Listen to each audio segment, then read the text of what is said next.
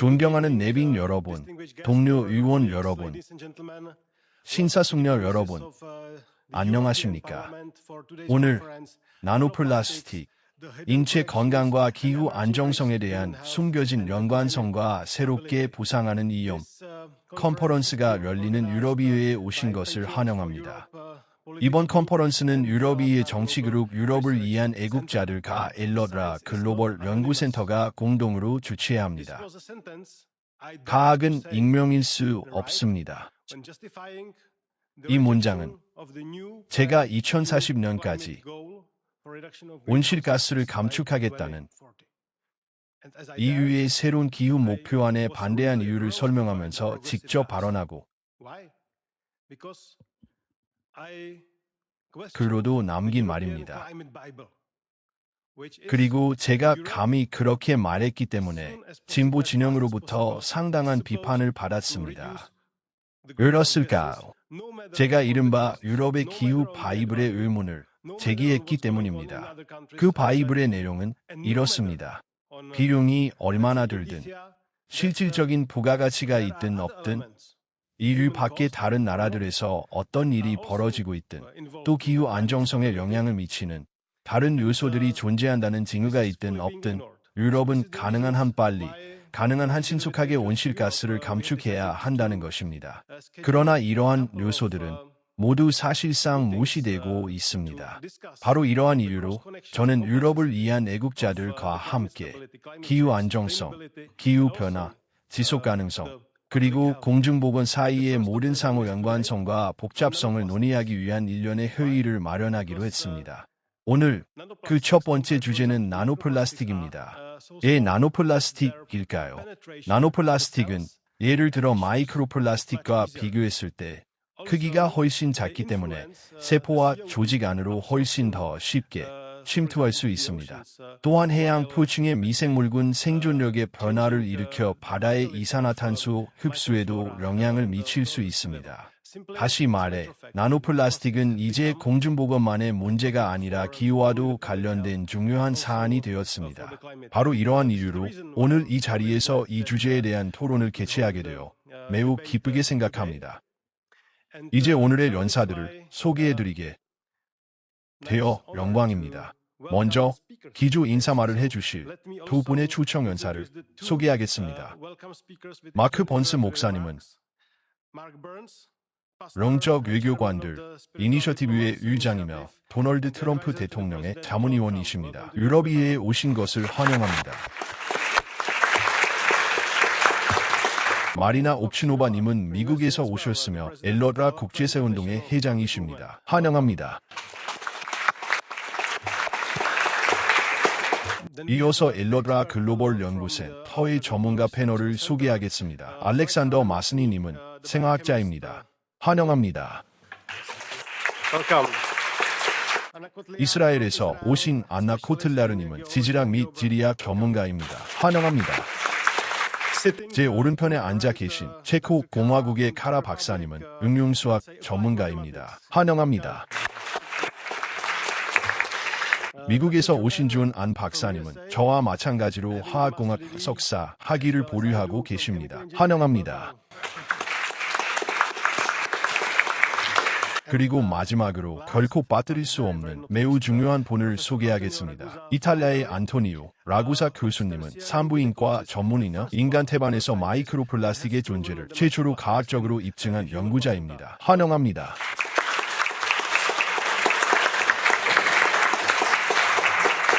두 분의 초청 연사께서 기조 인사말을 전하신 뒤 토론은 총 4개의 블록으로 나누어 진행될 예정입니다. 이와 관련해 간단한 운영 안내를 드리겠습니다. 일정이 매우 촘촘하게 편성되어 있으므로 가능한 한 시간을 지켜주시기 바랍니다. 그렇지 않을 경우 제가 부득이하게 조정에 나서야 할 수도 있습니다. 이제 마크 번스님께 발언권을 드리겠습니다. 번스님, 유럽의회에 오신 것을 다시 한번 환영합니다. 말씀해 주시기 바랍니다. 대단히 감사합니다. 먼저 유럽의회 의원 여러분, 존경하는 기빈 여러분, 그리고 전 세계의 훌륭한 자유의 사람들께 인사드립니다.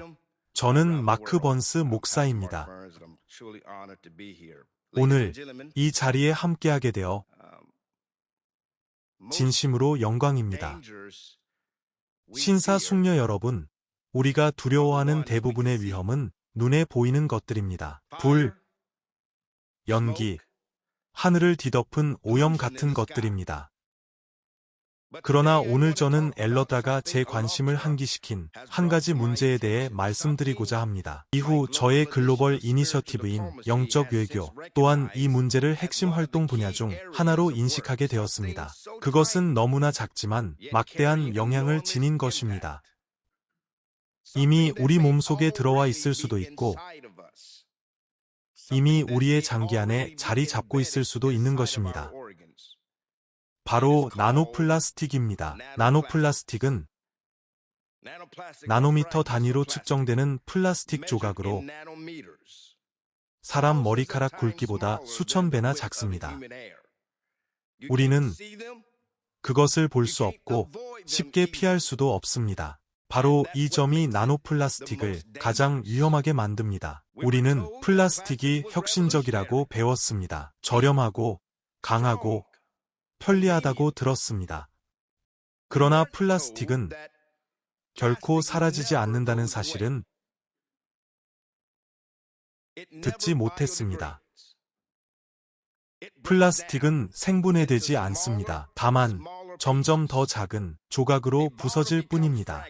병은 조각이 되고 조각은 미세 플라스틱이 되며 미세 플라스틱은 나노 플라스틱이 됩니다. 그리고 플라스틱이 이 크기에 도달하면 더 이상 단순한 쓰레기가 아닙니다. 생물학적 문제가 됩니다. 나노플라스틱은 너무 작기 때문에 세포막을 통과할 수 있고 혈류로 들어갈 수 있으며 장기까지 이동할 수 있습니다. 최근 연구에서는 인간의 혈액, 폐, 간, 태반, 심지어 뇌 조직에서도 플라스틱 입자가 검출되었습니다. 이것은 더 이상 단순한 환경 문제가 아닙니다. 이것은 인간 건강의 문제입니다. 그렇다면 우리는 얼마나 많이 노출되어 있을까요? 실제로 얼마나 위험한 상황에 놓여 있을까요? 우리는 그것을 들이마시고 마시고 먹고 있습니다. 나노플라스틱은 생수, 수돗물, 해산물, 소금, 과일, 채소에서 발견되었으며 심지어 우리가 생활하는 집 안과 우리가 숨쉬는 공기 속에서도 발견되고 있습니다. 플라스틱은 가열되거나 세척되거나 햇빛에 의해 마모될 때마다 미세한 입자를 방출합니다. 합성 섬유유류는 세탁될 때 이러한 입자를 방출합니다.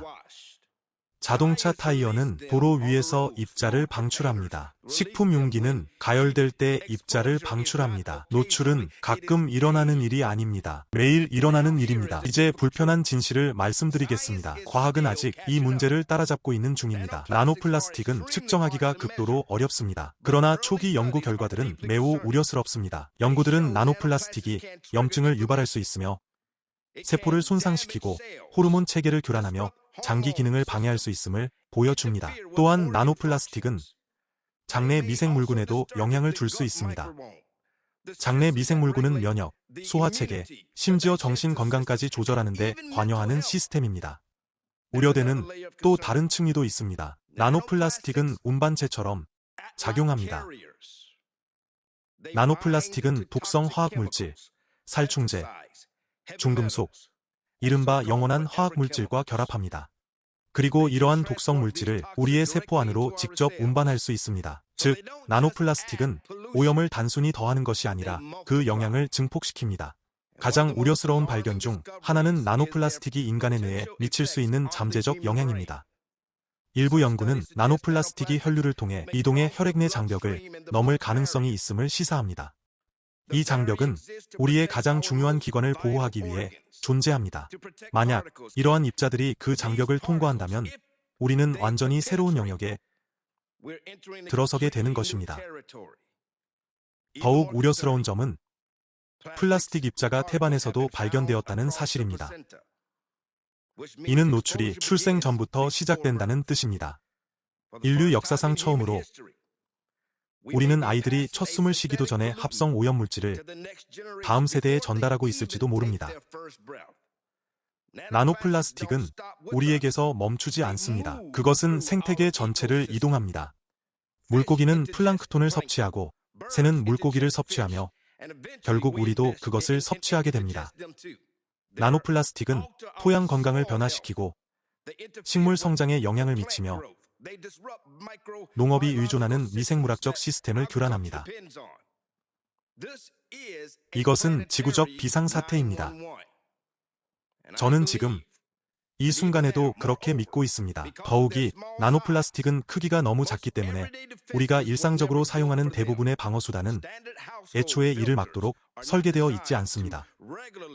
일반 가정용 필터는 나노 단위의 입자를 지속적이고 안정적으로 걸러내도록 설계되어 있지 않습니다. 일반 공기청정기 역시 우리가 숨쉬는 공기에서 이러한 입자를 안정적으로 제거하도록 설계되어 있지 않습니다. 이 입자들이 조직, 즉 살아있는 조직 안으로 들어가면 문제는 훨씬 더 어려워집니다. 우리는 몸의 세포에서 나노플라스틱을 단순히 씻어낼 수 없습니다. 이미 생물학적 장벽을 넘어선 것을 쉽게 되돌릴 수도 없습니다.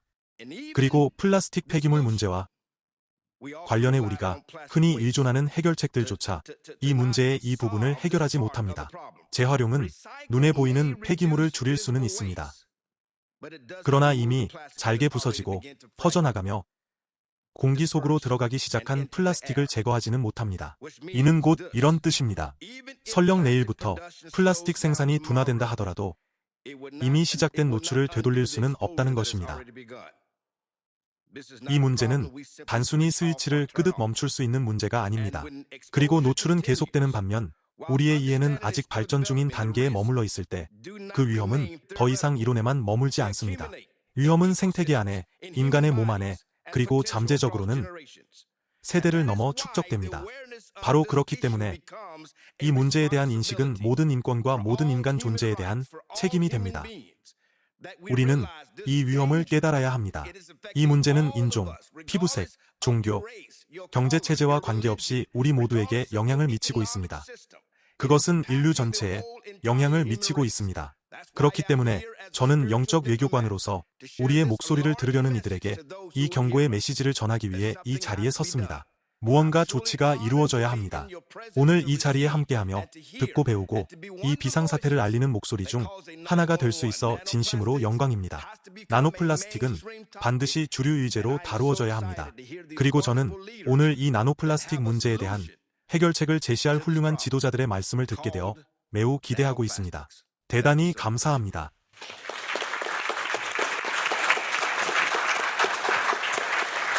본스 목사님, 영감을 주는 기주 인사말에 깊이 감사드립니다. 이제 알라트라 억준 등의 대정회생, 오이나 업생 함께 동행을 드리겠습니다. 회장님, 말씀해 주시기 바랍니다. 대단히 감사합니다. 신사숙녀 여러분, 노테크 의원님, 존경하는 유럽의회 의원 여러분, 그리고 기빈 여러분, 유럽 민주주의의 중심지인 이곳에서 이렇게 중요한 주제를 논의할 수 있게 되어 매우 큰 영광입니다. 먼저 나노플라스틱 문제를 의회 차원에서 다룰 수 있도록 해주신 노테크 의원님께 깊이 감사드립니다. 이 문제는 매우 중요합니다. 방금 번스 목사님께서 말씀하신 것처럼 더 많은 사람들이 이 주제에 관심을 갖고 앞으로도 연구와 논의를 이어가기를 진심으로 바랍니다. 저는 엘러라 국제운동을 대표하고 있습니다. 엘러라는 전 세계 180개국의 자원봉사자들이 함께하는 국제 공동체입니다. 그 안에는 과학자, 연구자, 그리고 다양한 분야의 전문가들이 함께하고 있습니다.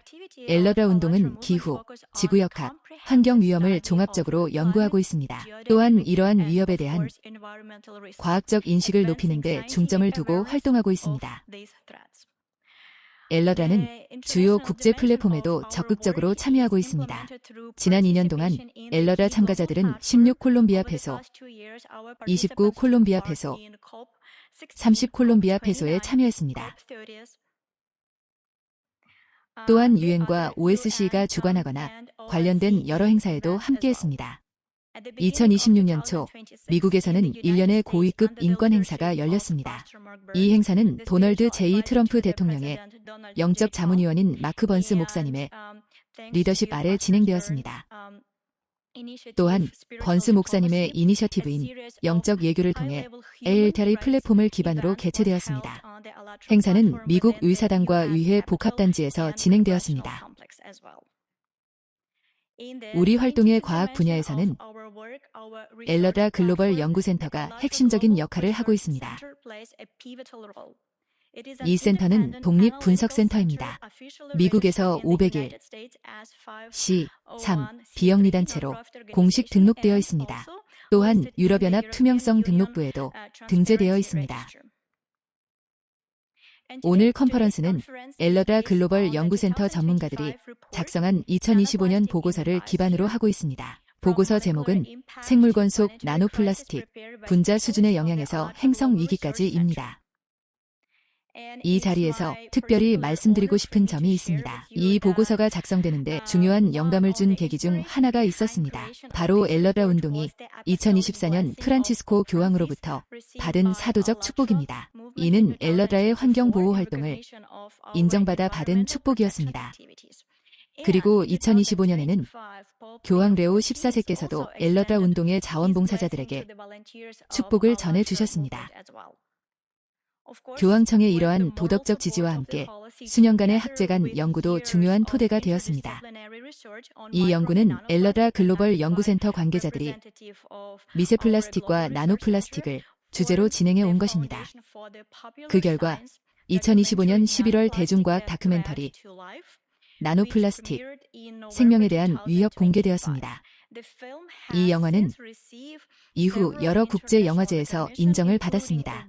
마나임 페스티벌, 런던 독립영화상, 레티튜드 영화상 등에서 수상했습니다. 오늘 이 연단에는 저와 함께 우리 연구센터의 대표자들도 자리하고 있습니다. 이분들은 미국, 이스라엘, 독일, 체코 공화국에서 이곳까지 오셨습니다. 여러분께서 이해해 주셔야 할 점이 있습니다. 이분들은 훨씬 더 큰 국제과학 컨소시엄의 일부를 대표하고 있습니다. 그 컨소시엄에는 전 세계 주요 기관과 연계된 전문가들도 포함되어 있습니다. 오늘 이분들은 엘러다 글로벌 연구센터의 공동 연구 결과와 분석적 결론을 발표하기 위해 이 자리에 참석했습니다. 여기에는 미세 플라스틱과 나노 플라스틱의 확산이 인간 건강에 미칠 수 있는 영향이 포함됩니다. 또한 생태계 안정성에 미칠 수 있는 잠재적 결과에 대한 종합적인 평가도 포함됩니다. 우리는 모든 참석자들이 이 문제에 대해 전문적이고 책임감 있게 논의해 주시기를 바랍니다. 또한 선의와 상호 존중의 정신으로 건설적인 대화에 참여해 주시기를 요청드립니다. 경청해 주셔서 대단히 감사합니다. 이제 기조연설자를 소개하게 되어 영광입니다. 존 안 박사님입니다. 안 박사님은 화학공학과 지속가능 기술 분야의 전문가입니다. 뮌헨 공과대학교에서 박사학위를 받으셨고 INCAD에서 MBA를 취득하셨습니다. 또한 캘리포니아 대학교 버클리에서 석사학위를 받으셨습니다. 엘러다 글로벌 연구센터에서 안 박사님은 플라스틱이 인간 건강과 지구 시스템에 미치는 영향을 중점적으로 연구하고 계십니다. 안 박사님, 말씀 부탁드립니다.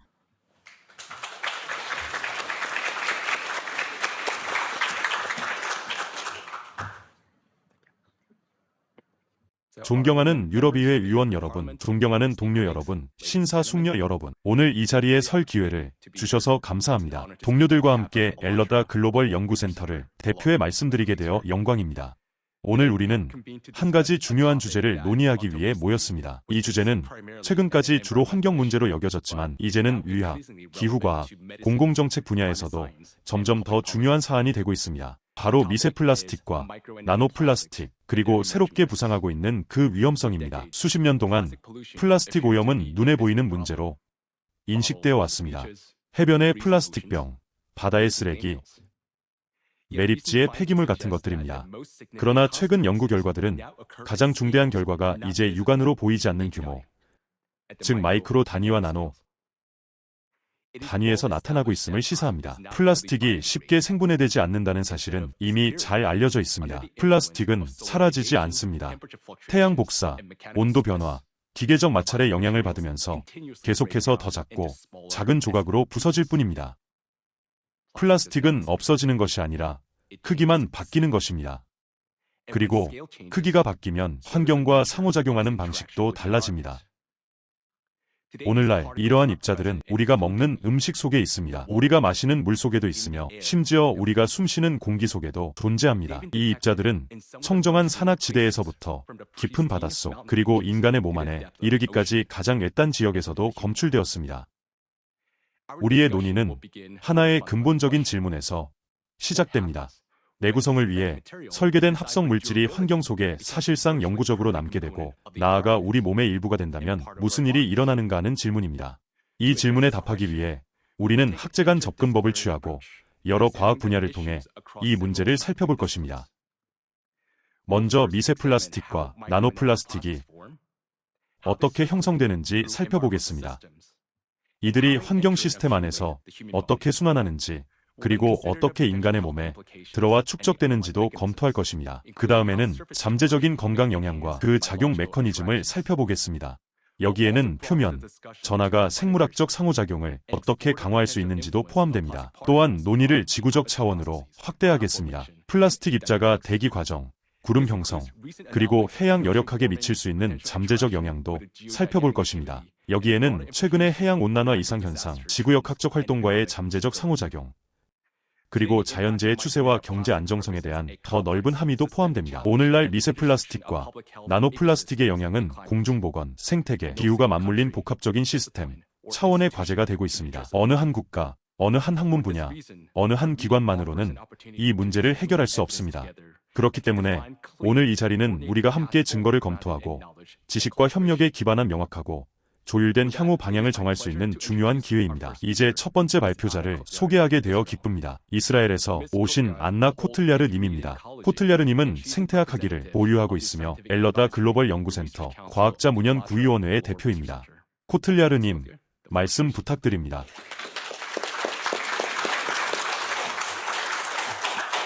안녕하십니까? 오늘 이 자리에서 말씀드리게 되어 영광입니다. 감사합니다. 플라스틱은 더 이상 자연환경과 분리된 존재가 아닙니다. 이제 플라스틱은 자연환경 안에서 작용하고 있으며 자연의 과정을 서서히 파괴하고 있습니다. 20세기 중반 이후 전 세계에서 90억 톤이 넘는 플라스틱이 생산되었습니다. 플라스틱은 가장 널리 사용되는 소재 중 하나가 되었고 교통, 항공, 의료, 화장품, 생활용품에 이르기까지 거의 모든 생활 영역에서 사용되고 있습니다. 하지만 전체 플라스틱의 10% 미만만이 재활용되며 대부분은 환경 속에 축적되고 있습니다. 예를 들어 플라스틱 병은 시간이 지나도 사라지지 않습니다. 대신 5mm보다 작은 모래알 크기의 입자로 부서집니다. 이것이 바로 미세 플라스틱입니다. 그중 일부는 아직 우리 눈으로 볼 수 있지만 많은 입자는 이미 먼지처럼 보입니다. 그리고 이 플라스틱 먼지는 계속해서 더 작게 부서집니다. 입자는 너무 작아져서 일반 현미경으로도 볼 수 없을 정도가 됩니다. 머리카락 굵기보다 수천 배나 작고 인간 세포나 많은 박테리아보다도 작을 수 있습니다. 이 단계가 바로 나노플라스틱입니다. 하지만 여기서 중요한 점이 있습니다. 플라스틱이 분해될 때 변하는 것은 입자의 크기만이 아닙니다. 입자의 성질도 함께 변합니다. 예를 들어 지름이 약 5mm인 플라스틱 조각이 약 1마이크로미터 크기의 입자로 부서진다고 가정해 보겠습니다. 그러면 입자의 수는 여러 자릿수 규모로 증가합니다. 하나의 조각에서 수천억 개의 미세한 입자가 만들어질 수 있습니다. 동시에 전체 표면적도 급격히 증가합니다. 원래 조각보다 수천 배 더 커질 수 있습니다. 그리고 바로 이 표면이 입자가 물, 공기, 화학물질, 살아있는 조직과 얼마나 활발하게 상호작용하는지를 결정합니다. 또한 입자의 크기가 작아질수록 표면 효과의 역할은 더 커집니다. 여기에는 플라스틱 입자가 표면 전하를 얻고 그 전하를 유지하는 능력도 포함됩니다. 전하가 존재하면 입자의 물리화학적 활성도는 더 높아집니다. 따라서 플라스틱의 분해는 단순한 기계적 파괴가 아닙니다. 이는 물질이 다른 상태로 전환되는 과정입니다. 상대적으로 비활성에 가까운 큰 폐기물에서 엄청난 수의 활성 미세 입자로 바뀌는 것입니다. 그리고 이러한 입자들에게는 표면 상호작용이 핵심 요인이 됩니다. 자연 시스템과 생물학적 시스템 안에서 이들이 어떻게 행동할지를 결정하는 요인입니다. 이러한 전환이 가져오는 결과에 대해서는 뒤에서 다시 다루겠습니다. 현재 바다에는 이미 2억 톤이 넘는 플라스틱 폐기물이 존재하며 그 양은 매일 증가하고 있습니다. 과거에는 바다가 플라스틱 축적의 최종 목적지, 일종의 거대한 지구적 쓰레기장이라고 여겨졌습니다.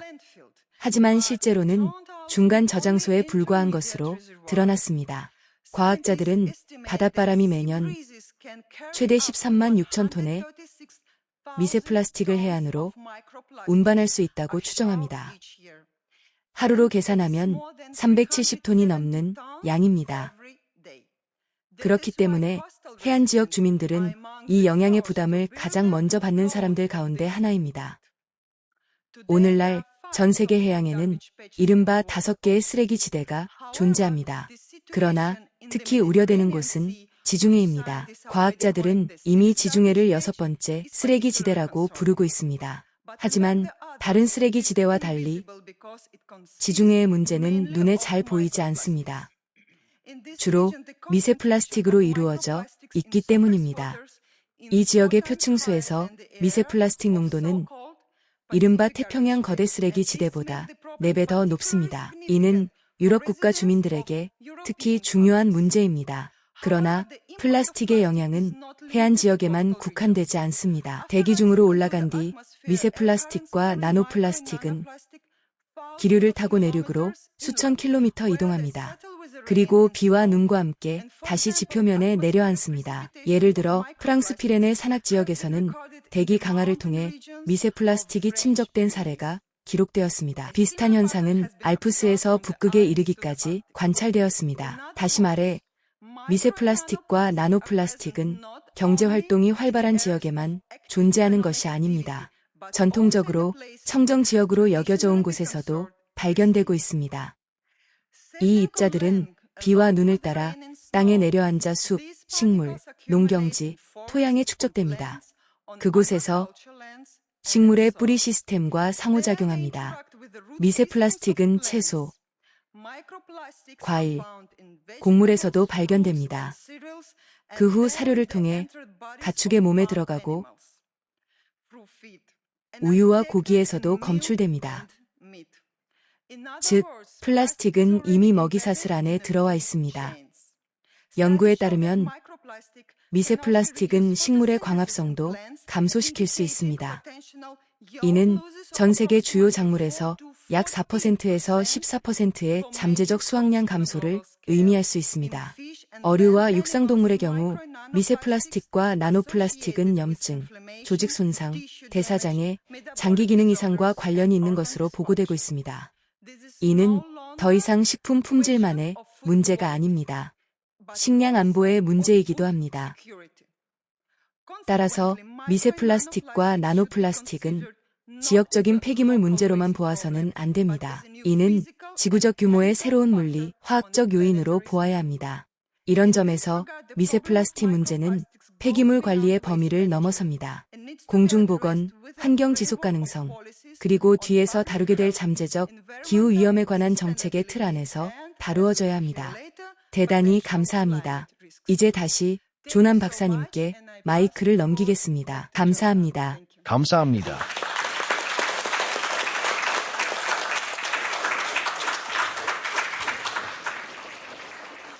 미세 플라스틱과 나노 플라스틱은 어디에나 존재합니다. 우리가 먹는 음식, 마시는 물, 그리고 숨쉬는 공기 속에 있습니다. 이 입자들이 혈류로 들어가면 몸 전체를 순환할 수 있습니다. 최근 네이처 메더선에 발표된 리뷰 논문에 따르면 이러한 입자들은 간, 신장, 심장과 혈관, 태반, 모유를 포함한 여러 조직과 장기 시스템에서 검출되었습니다. 또한 위장관, 폐, 내분 비기관과 생식기관에도 축적될 수 있으며 이러한 축적은 정상적인 생물학적 기능에 잠재적 교란과 관련이 있는 것으로 보고되고 있습니다. 화학공학 분야에서 20년 이상 경험을 쌓아온 사람으로서 저는 이러한 증거를 매우 심각하게 받아들이고 있습니다. 미세 플라스틱과 나노 플라스틱은 섭취, 피부 접촉, 흡입을 통해 지속적으로 인체에 들어옵니다. 이 입자들에 대한 노출은 끊임없이 일어납니다. 이 가운데 흡입은 특히 위험한 경로일 수 있습니다.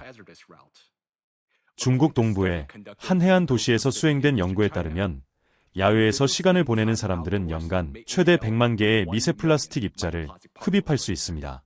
최근 연구 결과들은 흡입된 플라스틱 입자, 특히 표면, 전하를 가진 입자들이 후각신경을 따라 뇌 쪽으로 이동할 수 있으며 실제로 뇌에서 측정 가능한 농도로 검출되었다는 점을 시사합니다.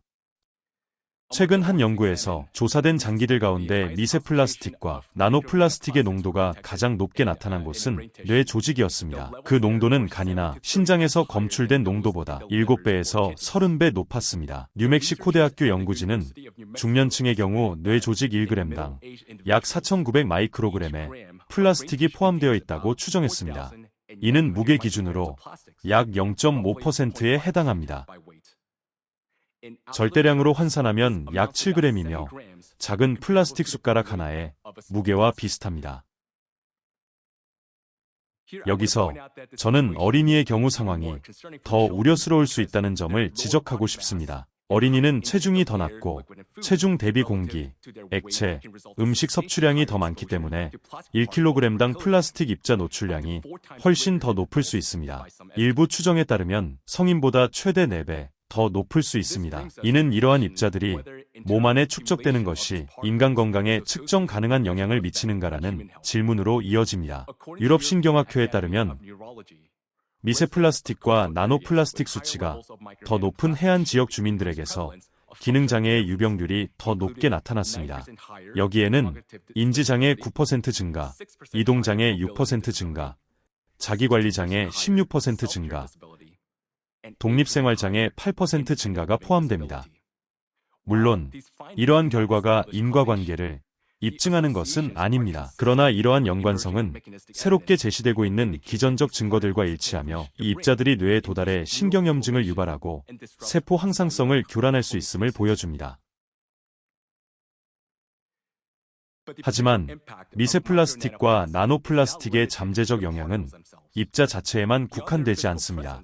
물리적으로 존재하는 것 외에도 이 입자들은 프탈레이트, 비스페놀, 폴리브로마 디페닐 에테르와 같은 화학 첨가물도 함께 운반할 수 있기 때문에 추가적인 위험을 초래할 수 있습니다. 이 중 3가지 첨가물과 관련된 건강 영향만으로도 2015년 기준 약 1조 5천억 달러의 비용이 발생한 것으로 추산되었습니다. 또한 플라스틱 생산에는 1만 6천 종이 넘는 화학물질이 사용되고 있으며 그중 상당수는 장기적인 건강 영향에 대해 충분히 평가되지 않았다는 점도 주목해야 합니다. 화학 첨가물 외에도 미세 플라스틱과 나노 플라스틱의 생물학적 영향에 기여할 수 있는 또 하나의 요인은 표면 전하입니다.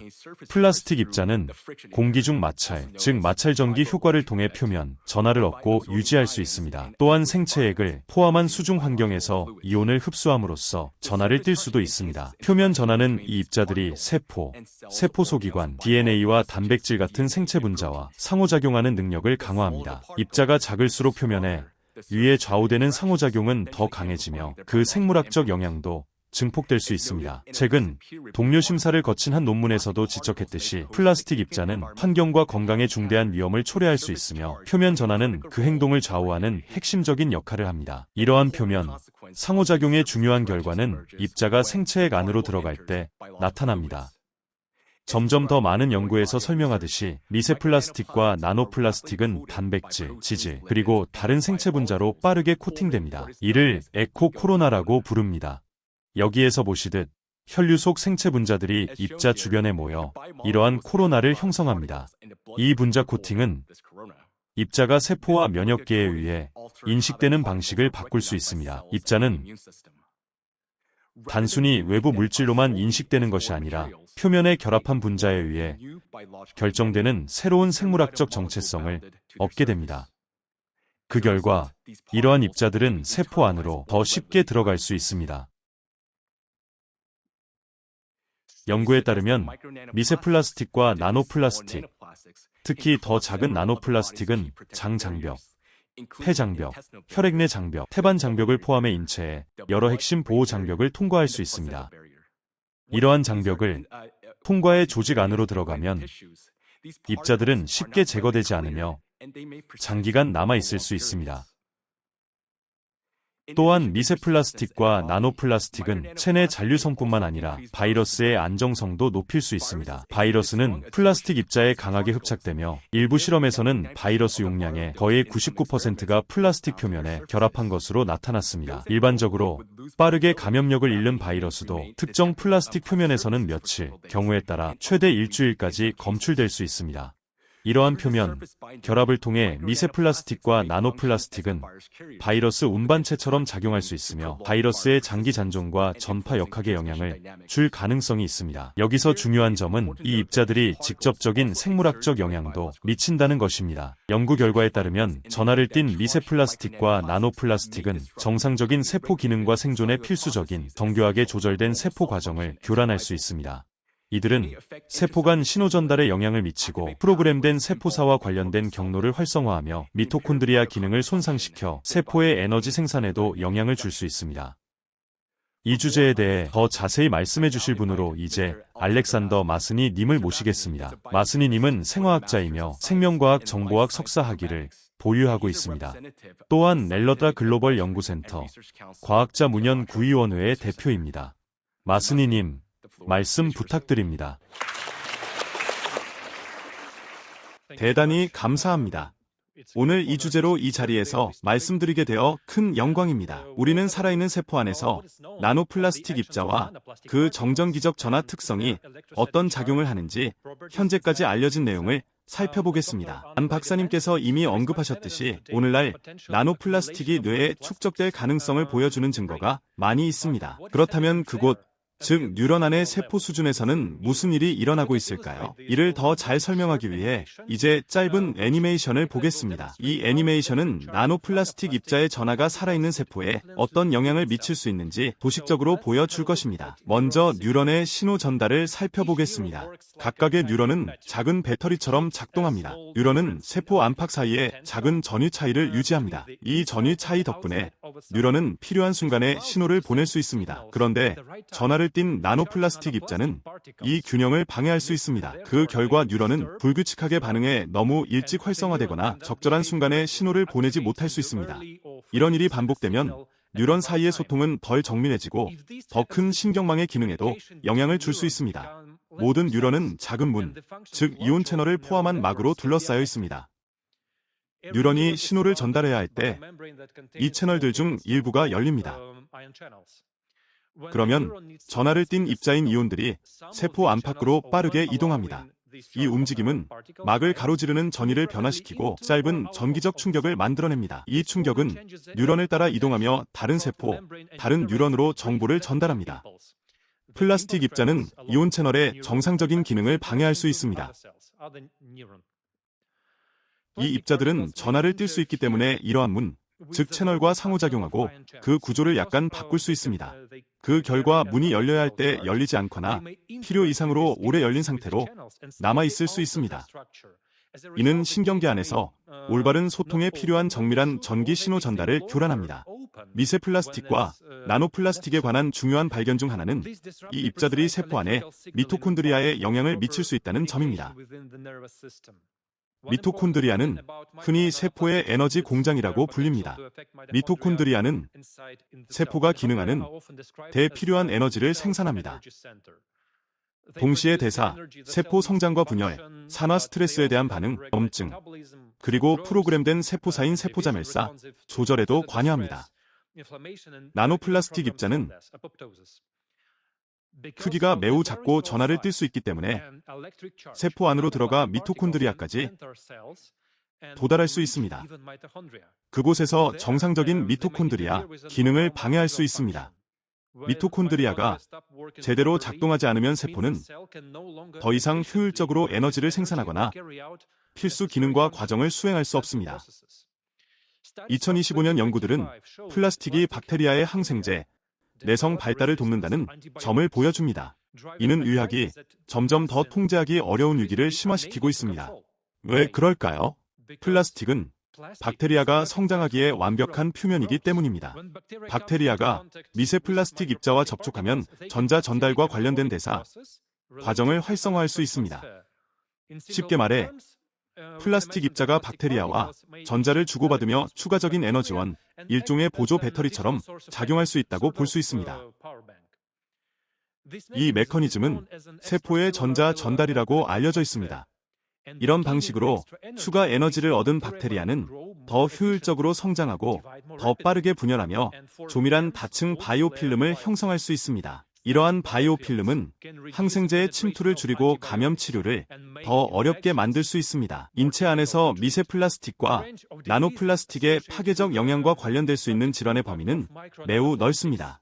여기서 중요한 점은 미세 플라스틱과 나노 플라스틱의 체내 부담이 특정 임상 결과와 직접적으로 연결된다는 장기 인체 연구가 아직 충분히 수행된 것은 아니라는 사실입니다. 그러나 장기 안에 미세 플라스틱과 나노 플라스틱이 존재한다는 점은 확인되었습니다.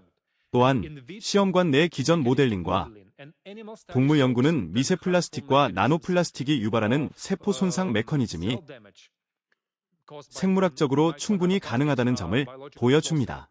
저는 현재 특히 빠르게 증가하고 있으며 인구의 상당 부분에 영향을 미치는 몇 가지 질환 범주를 간단히 강조하고자 합니다.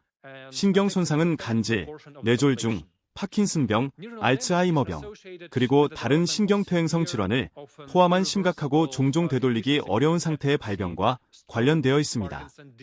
저는 이전에 프라우노퍼 연구소에서 파킨슨병과 알츠하이머병을 포함한 신경퇴행성 질환을 연구한 경험이 있습니다. 그래서 이러한 질환의 복잡성과 사회적 영향을 특히 잘 알고 있습니다. 따라서 이 주제는 제게도 과학적으로 매우 중요한 문제입니다. 다음으로 위트레흐트 대학의료센터 연구자들의 연구를 보겠습니다. 이 연구는 나노플라스틱에 노출된 면역세포가 노출되지 않은 세포보다 약 3배 더 빠르게 사멸한다는 점을 보여주었습니다. 이와 관련된 연구는 그 밖에도 많이 있습니다. 예를 들어 이러한 영향은 천식의 발생과 악화, 만성 폐쇄성 질환의 진행, 폐섬유화, 즉 건강한 폐 조직이 흉터 조직으로 대체되는 현상, 그리고 호흡기 악성 종양 위험 증가와 관련된 것으로 보고되고 있습니다. 또한 미세 플라스틱과 나노 입자는 죽상경화반 안에서도 확인되었습니다. 죽상경화반은 동맥벽에 형성되는 조밀한 침착물로 혈관을 좁히고 정상적인 혈류를 방해할 수 있습니다. 이러한 입자의 존재는 심근경색과 뇌졸중 위험 증가와 관련되어 있습니다. 연구에 따르면 경동맥의 죽상경화반에서 미세 플라스틱이 검출될 경우 주요 심혈관 사건과 사망 위험이 약 4배에서 5배 증가하는 것으로 나타났습니다.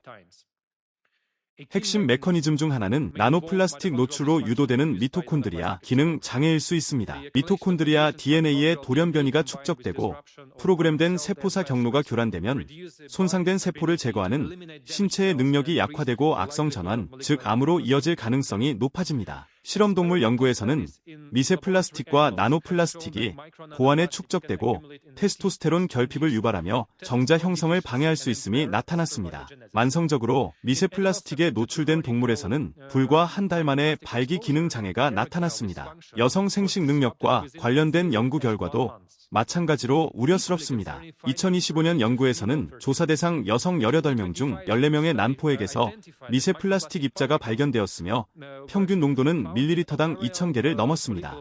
이러한 데이터는 미세 플라스틱과 나노 플라스틱이 생명의 가장 초기 단계, 심지어 수정 이전 단계에도 개입하고 있음을 보여줍니다.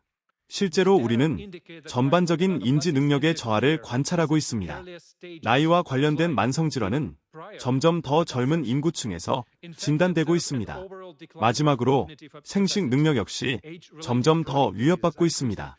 건강한 아이를 임신하고 출산할 수 있는 능력이 계속해서 감소하고 있습니다. 요약하자면 미세 플라스틱과 나노 플라스틱은 더 이상 단순한 환경오염 문제로 볼 수 없습니다. 상당한 증거들은 이것이 인간 생명의 근본 메커니즘에 대한 개입임을 보여줍니다. 따라서 위험에 처한 것은 현재의 우리 상태만이 아니라 미래 세대의 안녕이기도 합니다. 이제 이 주제는 라구사 교수님께서 이어가실 것입니다. 교수님은 어린이 건강에 미치는 영향을 다루실 예정입니다. 존 박사님이 이 분야의 진정한 선구자인 라구사 박사님을 소개해 주실 것이며, 라구사 박사님은 사이버 아이들이라는 개념, 즉 태반 속 미세 플라스틱과 나노 플라스틱의 존재와 그것이 생식 기능에 미치는 영향에 대해 말씀해 주실 것입니다.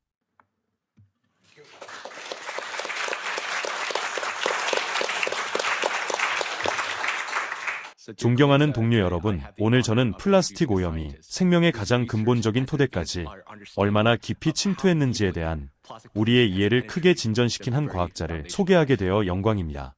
안토니오 라구사 교수님은 이탈리아의 의사이자 산부인과 전문의이며 인간 태반에서 미세 플라스틱 입자를 최초로 확인한 연구자입니다. 2021년에 발표된 이 발견은 현대 연구에서 매우 중요한 전환점이 되었습니다. 라구사 교수님과 연구팀의 연구는 플라스틱 입자가 한때 생물학적으로 보호되어 있다고 여겨졌던 장소, 즉 새로운 생명이 시작되는 바로 그곳까지 도달할 수 있음을 보여주었습니다.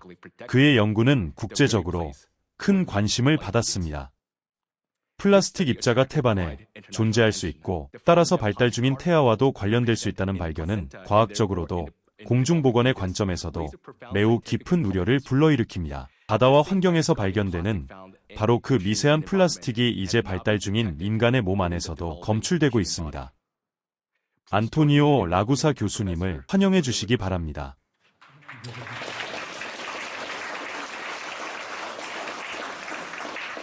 감사합니다. 죄송하지만 저는 이탈리아어로 말씀드리고 싶습니다. 이탈리아어는 제 모국어이기 때문에 특히 동시통역이 있다는 것을 알고 있는 상황에서는 이 언어로 표현하는 것이 훨씬 더 편합니다. 안타깝게도 몇 년 전 우리는 인간 태반 안에 플라스틱이 존재한다는 사실을 발견했습니다. 잠시 본론에서 벗어나 설명드리겠습니다. 여기 보시는 것은 인간 태반에서 발견된 플라스틱 조각들의 사진입니다. 이 짧은 설명이 필요한 이유는 바다와 해양에 존재하는 바로 그 플라스틱이 양수와 우리 아이들의 몸 안에서도 발견된다는 점을 보여드리기 위해서입니다. 그것은 같은 플라스틱입니다. 지구상의 모든 것은 서로 연결되어 있고 상호 관련되어 있기 때문입니다. 우리가 이 사실을 발견하고 발표했을 때 그 소식은 전 세계로 퍼져나갔습니다. 많은 언론이 관심을 보였습니다. 우리는 사이보그 베이비, 즉 사이보그 아이들이라는 용어를 도입했습니다. 왜냐하면 이 아이들은 더 이상 유기물로만 이루어진 존재가 아니라 무기물도 함께 포함한 존재가 되었기 때문입니다. 이 용어는 국제문헌에서도 널리 사용되기 시작했습니다. 이후 자궁과 태아 태반 안에 플라스틱이 존재한다는 많은 증거가 제시되었습니다. 우리는 모유에도 플라스틱이 존재하는지 확인했고 안타깝게도 그곳에서도 발견했습니다. 많은 단체들이 우려를 표했습니다. 그렇다면 어머니들이 아이에게 모유 수유를 하지 말아야 한다는 뜻인가? 라고 물었습니다. 아닙니다. 모유에 플라스틱이 들어있다 하더라도 모유는 여전히 중요합니다. 모유는 아이들에게 가장 좋은 음식입니다. 인공 분유에는 모유보다 훨씬 더 많은 플라스틱이 들어있기 때문입니다. 따라서 다른 선택지는 없습니다. 유일한 해결책은 임신 중 어머니가 섭취하는 플라스틱의 양을 줄이는 것입니다. 개인 차원에서 상황을 개선하고 섭취하는 플라스틱의 양을 줄이기 위해 취할 수 있는 특정한 방법과 태도, 행동들이 있습니다. 이것은 수채화입니다. 사진처럼 보일 수도 있지만 사진이 아닙니다. 현존하는 가장 위대한 수채화가가 그린 작품으로 그는 우리의 연구에서 일부 영감을 받았습니다. 저는 이처럼 매우 민감한 주제에 관한 지식이 과학자들만의 전유물로 남아서는 안 되며 일반 대중에게도 확산되어야 한다고 생각합니다. 따라서 우리는 교차 수분을 추구해야 합니다. 즉, 언론인과 예술 분야 종사자들과도 상호작용해야 합니다. 이 주제는 대학 강의실을 넘어 밖으로 나와야 합니다. 태반과 모유에서 플라스틱을 발견한 뒤 우리는 스스로에게 물었습니다. 플라스틱은 태반에 정확히 어디에 있는가? 어떻게 위치하고 있는가? 그리고 여기 사진에서 보실 수 있듯이 우리는 그것이 태반세포 안 이미 앞서 언급된 미토콘드리아 근처와 소포체 근처에 위치한다는 것을 확인했습니다. 우리는 플라스틱이 미토콘드리아와 소포체에 가까워질수록 이 작은 세포 내 소기관들이 형태학적으로 더 심하게 변형된다는 사실을 발견했습니다. 그 형태가 바뀌는 것입니다. 그런데 이상하게도 플라스틱은 세포액 안으로 들어가지는 않습니다. 왜 그것이 세포질, 즉 주변부에 머무르는지는 아직 명확하지 않습니다. 하지만 이 연구에서 저와 함께 작업한 마리아 마타의 아름다운 사파를 보시면 왼쪽에는 세포질이 완벽하게 정돈된 세포가 있습니다. 미토콘드리아, 소포체 등이 잘 배열되어 있습니다. 반대로 오른쪽에는 침범당한 세포가 있습니다. 저는 감염된 세포라고 표현합니다. 플라스틱은 미생물처럼 행동하기 때문입니다. 감염시키는 것입니다. 미세 플라스틱에 감염된 세포에서는 세포 구조가 완전히 왜곡된 일종의 무질서 상태를 관찰할 수 있습니다. 여기에서는 생쥐를 대상으로 한 매우 흥미로운 실험들을 볼 수 있습니다.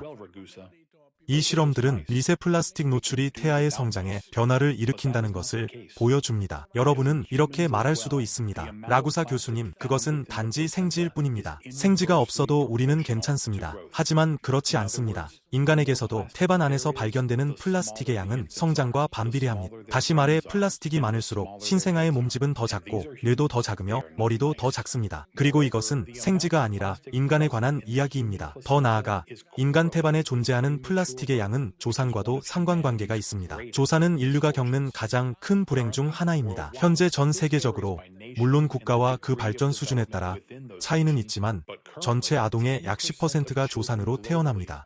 이는 전 세계적으로 극적인 장애를 초래하는 원인입니다. 세계적으로 가장 중요한 장애 원인입니다. 그리고 이러한 장애는 어머니의 태반에 존재하는 플라스틱의 양과 상관관계가 있습니다. 예를 들어 담즙정체와 같은 다른 질환도 태반 속 플라스틱의 양과 관련되어 있습니다. 담즙정체는 중요한 질환입니다. 또한 태아가 저산소증에 대응하는 능력도 태반 속 플라스틱의 양과 관련되어 있습니다. 여러분은 저처럼 산부인과 의사가 아니기 때문에 잘 모르실 수도 있지만 아이가 태어나기 위해서는 일종의 위험한 여정, 매우 위험한 여정을 거쳐야 합니다. 그 과정에서 아이들은 저산소증에 직면합니다. 태반과 양수 속의 플라스틱이 많을수록 아이들은 이에 대처할 능력이 떨어집니다. 안타깝게도 하와이의 이 연구는 시간이 지나면서 태반에 존재하는 플라스틱의 양이 얼마나 극적으로 증가했는지를 보여줍니다. 다시 말해 제가 태어난 1960년대의 플라스틱 수치를 살펴보면 다행히 제 어머니의 태반에는 플라스틱이 매우 적었습니다. 하지만 시간이 지나면서 이 수치는 급격히 증가했습니다. 여기 보시는 것은 앞서 이미 언급된 생화학적 메커니즘입니다. 플라스틱이 인간에게 손상을 일으키는 방식입니다. 지금 이 자리에서 그것들을 모두 자세히 분석할 시간은 없습니다. 하지만 우리는 염증, 세포 독성, 세포 사멸에 대해 이야기하고 있습니다. 이러한 일이 인간의 몸 안에서, 특히 자궁 안에서 일어나면 그 결과는 후성 유전학적 변화입니다. 다시 말해 우리의 삶이 변화하는 것입니다. 따라서 플라스틱은 자궁에서부터 우리의 삶을 바꿀 수 있습니다. 그리고 실제로 바꾸고 있습니다. 여기 보시는 것은 예를 들어 앞서 논의한 알츠하이머병이나 파킨슨병입니다. 하지만 제가 여러분과 꼭 논의하고 싶은 것은 비만입니다. 비만은 지난 40년에서 50년 사이에 나타난 현상입니다. 제가 어렸을 때 비만은 거의 존재하지 않았습니다. 저는 400명이 넘는 학생이 다니는 학교에 다녔는데 비만인 학생은 단 2명뿐이었습니다. 오늘날 아동 비만율을 보면 예를 들어 멕시코와 같은 국가에서는 아동의 30%가 비만입니다. 여기 보시는 것은 플라스틱이 비만 발생에 기여하는 메커니즘입니다. 이 자료에서는 최근 몇 년간 여러 국가에서 비만이 증가한 양상을 볼 수 있습니다. 이 슬라이드는 매우 인상적입니다. 우리가 환경에 버리는 플라스틱의 양이 비만, 즉 우리의 허리둘레 증가와 직접적으로 비례한다는 것을 보여주기 때문입니다. 이것은 매우 중요한 관심 지점입니다. 플라스틱은 비만을 유발하는 물질, 즉 오비소겐으로 작용하기 때문입니다. 최근 몇 년 동안 유병률이 급격히 증가한 질병들을 살펴보면 거의 대부분이 플라스틱과 상관관계를 보입니다. 이러한 질환들은 복합적인 병리입니다. 비만도 복합적인 상태입니다. 비만은 플라스틱만으로 결정되는 것은 아닙니다. 하지만 플라스틱은 이 과정을 악화시킵니다. 우리는 스스로에게 물었습니다. 플라스틱은 정확히 어떻게 사람을 살찌게 만드는가? 이것은 다소 특이한 문제입니다. 플라스틱에는 칼로리가 없기 때문입니다. 그렇다면 그 메커니즘은 무엇일까요? 대답은 비교적 간단합니다. 우리는 실험 연구를 진행했습니다.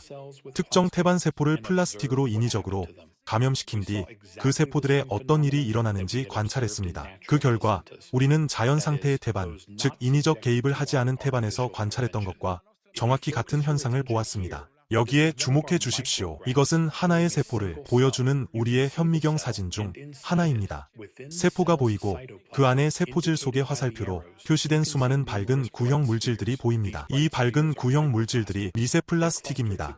이들은 바이러스나 박테리아처럼 서로 뭉칩니다. 크기도 비슷합니다. 우리가 발견한 것들은 약 10마이크론 크기로 매우 유사한 규모입니다. 세포는 이것들을 바이러스, 박테리아 또는 항원으로 착각하고 그것들을 파괴하려고 활성화됩니다. 그러나 세포는 그것들을 파괴할 수 없습니다. 플라스틱은 파괴되지 않기 때문입니다. 그 결과 세포는 변형되고 대응 능력도 손상됩니다. 세포는 그것들을 밖으로 내보낼 수 없기 때문입니다. 바이러스나 박테리아를 처리할 때처럼 세포질에서 제거하거나 파괴할 수도 없습니다. 이런 일이 일어나는 이유는 세포가 이 입자들을 인식하지 못하기 때문입니다. 세포가 이것을 인식하고 효과적으로 처리하는 법을 배우려면 수백만 년의 진화가 필요할지도 모릅니다. 여러분도 아시다시피, 그리고 이미 언급되었듯이 우리가 환경에 버리는 플라스틱의 양은 엄청납니다. 저는 사회학자도 아니고 물론 심리학자도 아닙니다. 그러나 수년 동안 플라스틱을 연구하면서 우리 인간이 이토록 어리석게 환경을 플라스틱으로 뒤덮고 그 결과 우리 아이들과 손주들을 위한 환경을 파괴하는지에 대해 몇 가지 생각을 하게 되었습니다. 그 이유는 여러 가지가 있으며 저는 이 연구에서 그것들을 설명했습니다. 지금 자세히 다룰 시간은 없지만 본질적으로 이는 수백만 년 동안 인간이 환경을 적으로 인식해왔다는 사실에서 비롯됩니다. 수천 년도, 수만 년도 아닌 수백만 년 동안 말입니다. 실제로 수백만 년 동안 자연은 적이었습니다. 초기 인류를 상상해 보십시오. 남성이든 여성이든 현대 과학 지식이나 이해가 전혀 없는 상태에서 보르네오의 숲속에 서 있다고 생각해 보십시오. 아무것도 모르고 읽지도 쓰지도 못합니다. 자연은 그들에게 정말로 두려운 존재였을 것입니다. 우리는 이러한 인식을 내면화했습니다. 너무 깊이 흡수한 나머지 지금도 여전히 우리 주변 세계를 보호하지 못하고 있습니다. 이것이 제 마지막 슬라이드입니다. 이 슬라이드는 제가 바닷물과 아이들의 양수 사이의 유사성을 비교한 논문과 관련이 있습니다. 바닷물, 즉 그 안의 염분, 마그네슘, 칼륨, 칼슘 등의 특정 농도와 양수 사이의 대칭성, 유사성, 공통점은 놀라울 정도입니다. 이 두 액체는 거의 동일합니다. 따라서 우리가 해변에 플라스틱 병을 버리는 것은 마치 우리 어머니의 자궁 안에 그것을 던지는 것과 같습니다. 모든 환경은 서로 연결되어 있기 때문입니다. 우리는 모두 하나의 통합된 네트워크의 일부입니다. 우리가 무언가를 할 수 있을까요? 네, 할 수 있습니다. 이것을 생각해 보십시오. 전 세계에서 생산되는 플라스틱의 절반 이상은 단 20개 기업이 제조합니다. 20개입니다. 엄청난 이익을 얻는 20개 기업입니다. 그러나 그 대가는 우리 모두가 치르고 있습니다. 우리는 그로부터 아무런 이익도 얻지 못합니다. 따라서 입법적 관점에서 개입이 불가능한 것은 아닙니다. 물론 결코 쉬운 일은 아닙니다. 저는 오늘날 세계가 정치가 아니라 경제에 의해 움직이고 있는 만큼 지구를 보존하는 일이 경제적으로 유리하도록 만들어야 한다고 생각합니다. 사용할 수 있는 메커니즘들이 있습니다. 저는 이 연구에서 그것들을 설명했습니다. 가장 단순한 방식은 아니지만 우리는 이 기회를 통해 세상을 바꿀 수 있습니다. 저는 매우 인상적인 마지막 슬라이드로 발표를 마무리하겠습니다. 여러분은 아마 모르실 수도 있습니다. 오늘날 바다 거북의 주요 사망 원인은 플라스틱입니다. 경청해 주셔서 감사합니다.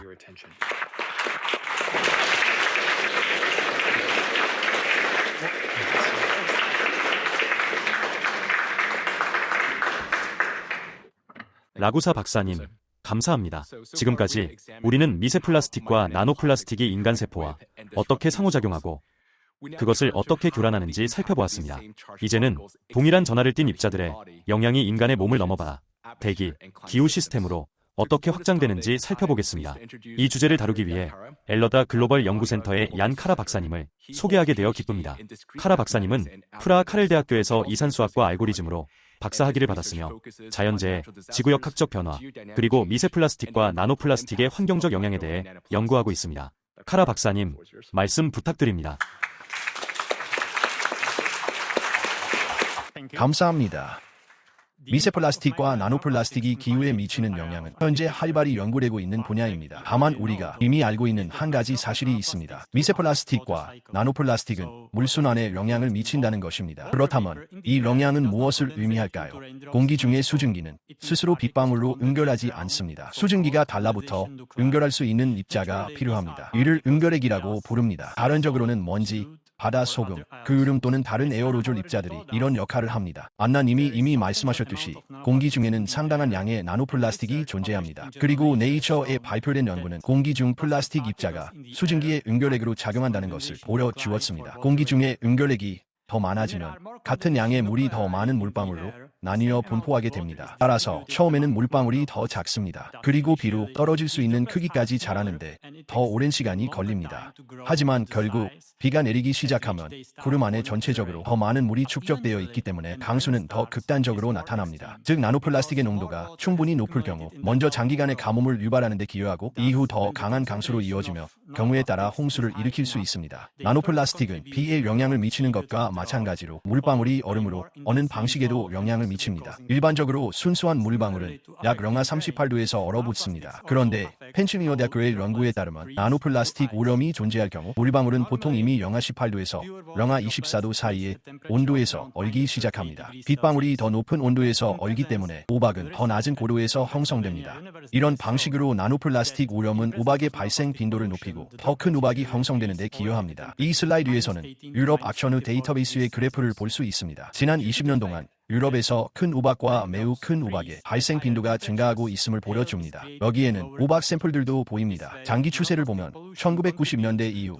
유럽에서 큰 우박이 발생할 가능성은 10년마다 약 20%씩 증가하고 있습니다. 마찬가지로 여기에서는 지난 30년 동안 유럽에서 폭우 발생 가능성이 어떻게 증가하고 있는지도 볼 수 있습니다. 이러한 사건들은 상당한 피해를 일으키고 있으며 나노플라스틱은 이러한 극단 현상의 증가에 기여하고 있는 것으로 보입니다. 요약하자면 미세 플라스틱과 나노플라스틱은 수증기의 응결과 구름 형성에 영향을 미칩니다. 이는 폭풍, 뇌우, 그리고 다른 파괴적인 자연현상의 강도 증가로 이어집니다. 전하를 띈 미세 플라스틱과 나노플라스틱의 영향은 현재 우리의 모델에 반영되어 있지 않습니다. 따라서 이러한 입자들은 날씨 예보와 기후 모델링의 오차를 더 크게 만드는 요인일 가능성도 있습니다. 이제 공기에서 바다로 넘어가 보겠습니다. 바다와 대기는 하나의 기후 시스템입니다. 물은 엄청난 양의 열을 흡수할 수 있는 독특한 능력을 가지고 있습니다. 비교를 위해 말씀드리면 두께 10m의 해양층만으로도 전체 대기보다 더 많은 열을 흡수할 수 있습니다. 바다는 낮 동안 열을 흡수하고 밤에는 그것을 방출하면서 온도 변동을 완화합니다. 따라서 바다는 일종의 자연 에어컨처럼 작용하며 지구의 기후 안정성을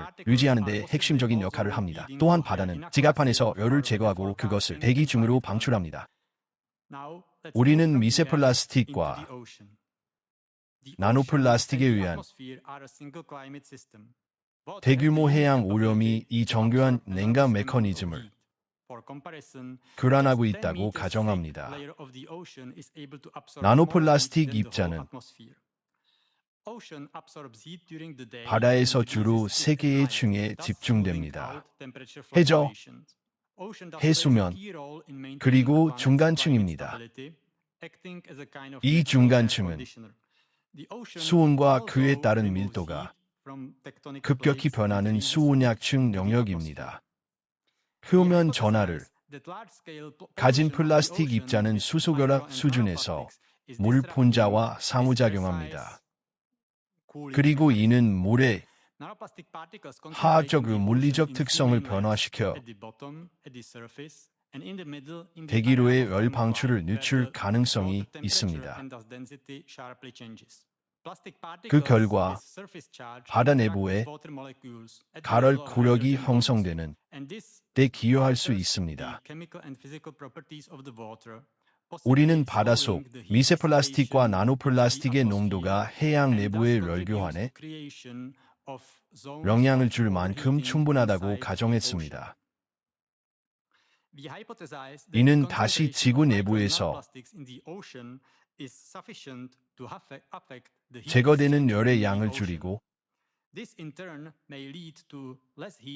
암석권판이 덜 식는 결과로 이어질 수 있습니다. 그래프에서 보시듯 우리 바다의 온도는 전례 없는 속도로 상승하고 있습니다. 실제로 지난 수십 년 동안 해양 온난화 속도는 450% 가속되었습니다. 현재 바다는 태양과 대기로부터 열을 받는 표면에서만 따뜻해지는 것이 아닙니다. 사실 표면 가열은 혼합작용 때문에 해양 상층 약 700m까지만 영향을 미칩니다. 그러나 수온 프로파일 자료에서 볼 수 있듯이 약 2017년 이후로는 거의 2000m 깊이까지 해양 전체가 비정상적으로 따뜻해졌습니다. 그렇다면 이렇게 강한 해양 온난화의 원인은 무엇일까요? 앞서 설명한 우리의 가설에 따르면 첫 번째 원인은 바다 속 미세 플라스틱과 나노 플라스틱의 농도입니다. 20세기 중반 이후 바다로 유입되는 플라스틱 오염의 양은 급격히 증가하고 있으며 이 모든 플라스틱은 미세 플라스틱과 나노 플라스틱 입자로 분해되고 있습니다. 같은 기간 동안 우리는 해수면 온도가 꾸준히 상승하는 것도 보고 있습니다. 유럽은 이 문제의 영향을 특히 크게 받고 있습니다. 지중해의 미세 플라스틱 오염은 세계에서 가장 심각한 수준 중 하나입니다. 전 세계 평균보다 7배 높고 플라스틱 오염으로 널리 알려진 북태평양보다도 4배 높습니다. 따라서 미세 플라스틱과 나노 플라스틱 오염은 유럽에서 관찰되는 폭우, 큰 우박, 토네이도, 그리고 다른 극한 기상현상의 증가에 이미 상당히 기여하고 있을 가능성이 있습니다. 현재 기온과 다른 극단 현상은 유럽에서만 증가하고 있는 것이 아닙니다. 그래프에서 보시듯 2025년은 관측 역사상 세 번째로 더운 해였습니다. 두 번째로 더웠던 2023년보다 아주 조금 낮은 수준이었습니다. 마찬가지로 바다에 저장된 열의 양, 즉 해양오염량은 23제타줄 증가했습니다. 비교하자면 이는 인류 전체가 약 37년 동안 생산하는 에너지에 해당하는 낭입니다. 전통적으로 이러한 온난화는 인위적 온실가스 배출 때문으로 설명되어 왔습니다. 그러나 최근 몇 년간의 빠른 온난화 속도는 우리의 기후 모델 예측을 상당히 뛰어넘고 있습니다. 나사 고다드 우주연구소 소장인 케빈 슈미트 박사의 말을 인용하겠습니다. 장기적인 추세는 우리가 이해하고 있으며 그것은 온실가스에 의해 인위적 영향에 의해 주도되고 있습니다. 그러나 2023년에 일어난 일은 그것에 더해 무언가가 추가된 것입니다. 그리고 그 무언가는 우리가 예상했거나 아직 설명할 수 있는 것보다 훨씬 큽니다. 이는 전통적인 기후과학자들이 최근 관찰되는 지구의 빠른 온난화에 대해 혼란을 느끼고 있음을 보여줍니다. 보시는 것처럼 온난화는 2025년에도 계속되고 있습니다. 1월 9일 대기과학의 발전에 발표된 연구의 그래프를 보면 2025년의 해수면 온도는 기록적으로 가장 따뜻한 수준은 아니었지만 오른쪽 그래프에서 보시듯이 그해 바다에 축적된 총열량은 관측이 시작된 이후 가장 높았습니다. 우리는 인위적 온실가스가 장기적인 온난화 추세에 기여한다는 점은 인정합니다. 그러나 그것만으로는 현재 관측되는 빠른 가열을 설명할 수 없습니다. 이는 기후에 영향을 미치고 있지만 아직 충분히 고려되지 않은 다른 중요한 요인들이 있음을 시사합니다. 우리가 이미 언급한 요인 중 하나는 미세 플라스틱과 나노 플라스틱 오염입니다. 이 오염은 해양과 대기 사이의 가스 교환, 구름 형성, 물 순환, 그리고 해양 내부의 열 전달에 영향을 미칠 수 있습니다. 그러나 우리는 이 요인 하나만으로 지구의 빠른 온난화를 설명할 수 있다고 보지는 않습니다. 우리의 가설은 지구역학적 변화 역시 지구 온난화에 기여하는 또 하나의 중요한 요인이라고 봅니다. 다시 말해 지구 내부의 활성화, 지열 연료의 증가가 아래에서부터 바다를 가열하고 그 결과 지구 전체를 덮이고 있다는 것입니다. 이제 이 변화에 대해 더 자세히 말씀해 주실 조난 박사님께 마이크를 넘기겠습니다. 감사합니다.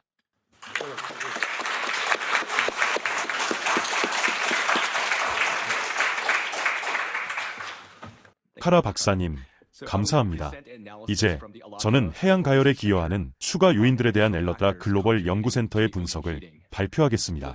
먼저 최근의 온도 기록부터 살펴보겠습니다. 2023년 봄부터 2024년 여름까지 전 세계 평균 해수면 온도는 매일 역사적 기록을 경신했습니다. 영국의 해양 지구 물리학자인 롭 라터 박사는 이렇게 말했습니다.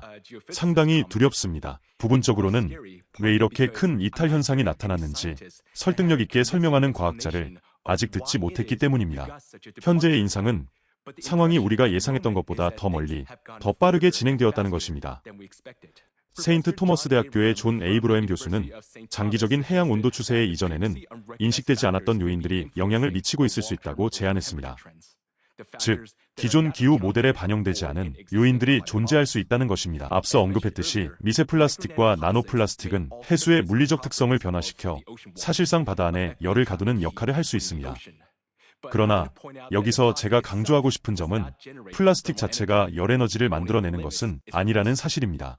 플라스틱은 단지 그 열이 방출되는 것을 제한할 뿐입니다. 그렇다면 근본적인 질문이 제기됩니다. 그 열은 어디에서 오는 것일까요? 최근 연구들은 해양 온난화가 해수면에서만 일어나는 것이 아니라 심해에서도 일어나고 있음을 보여줍니다. 이 과학자들은 아르헨티나 해군에서 수심 4,500m가 넘는 지점의 온도가 2009년부터 2019년 사이 약 0.02도 상승했다고 보고했습니다. 이처럼 방대한 양의 물을 가열하려면 엄청난 에너지가 필요합니다. 이는 유럽의 연간 에너지 소비량의 약 4배에 해당하는 에너지입니다. 서남극 해안의 웨드레에서도 비슷한 경향이 관찰되었습니다. 그곳에서는 상층 700m에서는 온난화가 거의 나타나지 않았지만 수심 2000m 아래의 물은 같은 깊이에서의 전 세계 평균보다 약 5배 빠른 속도로 따뜻해졌습니다.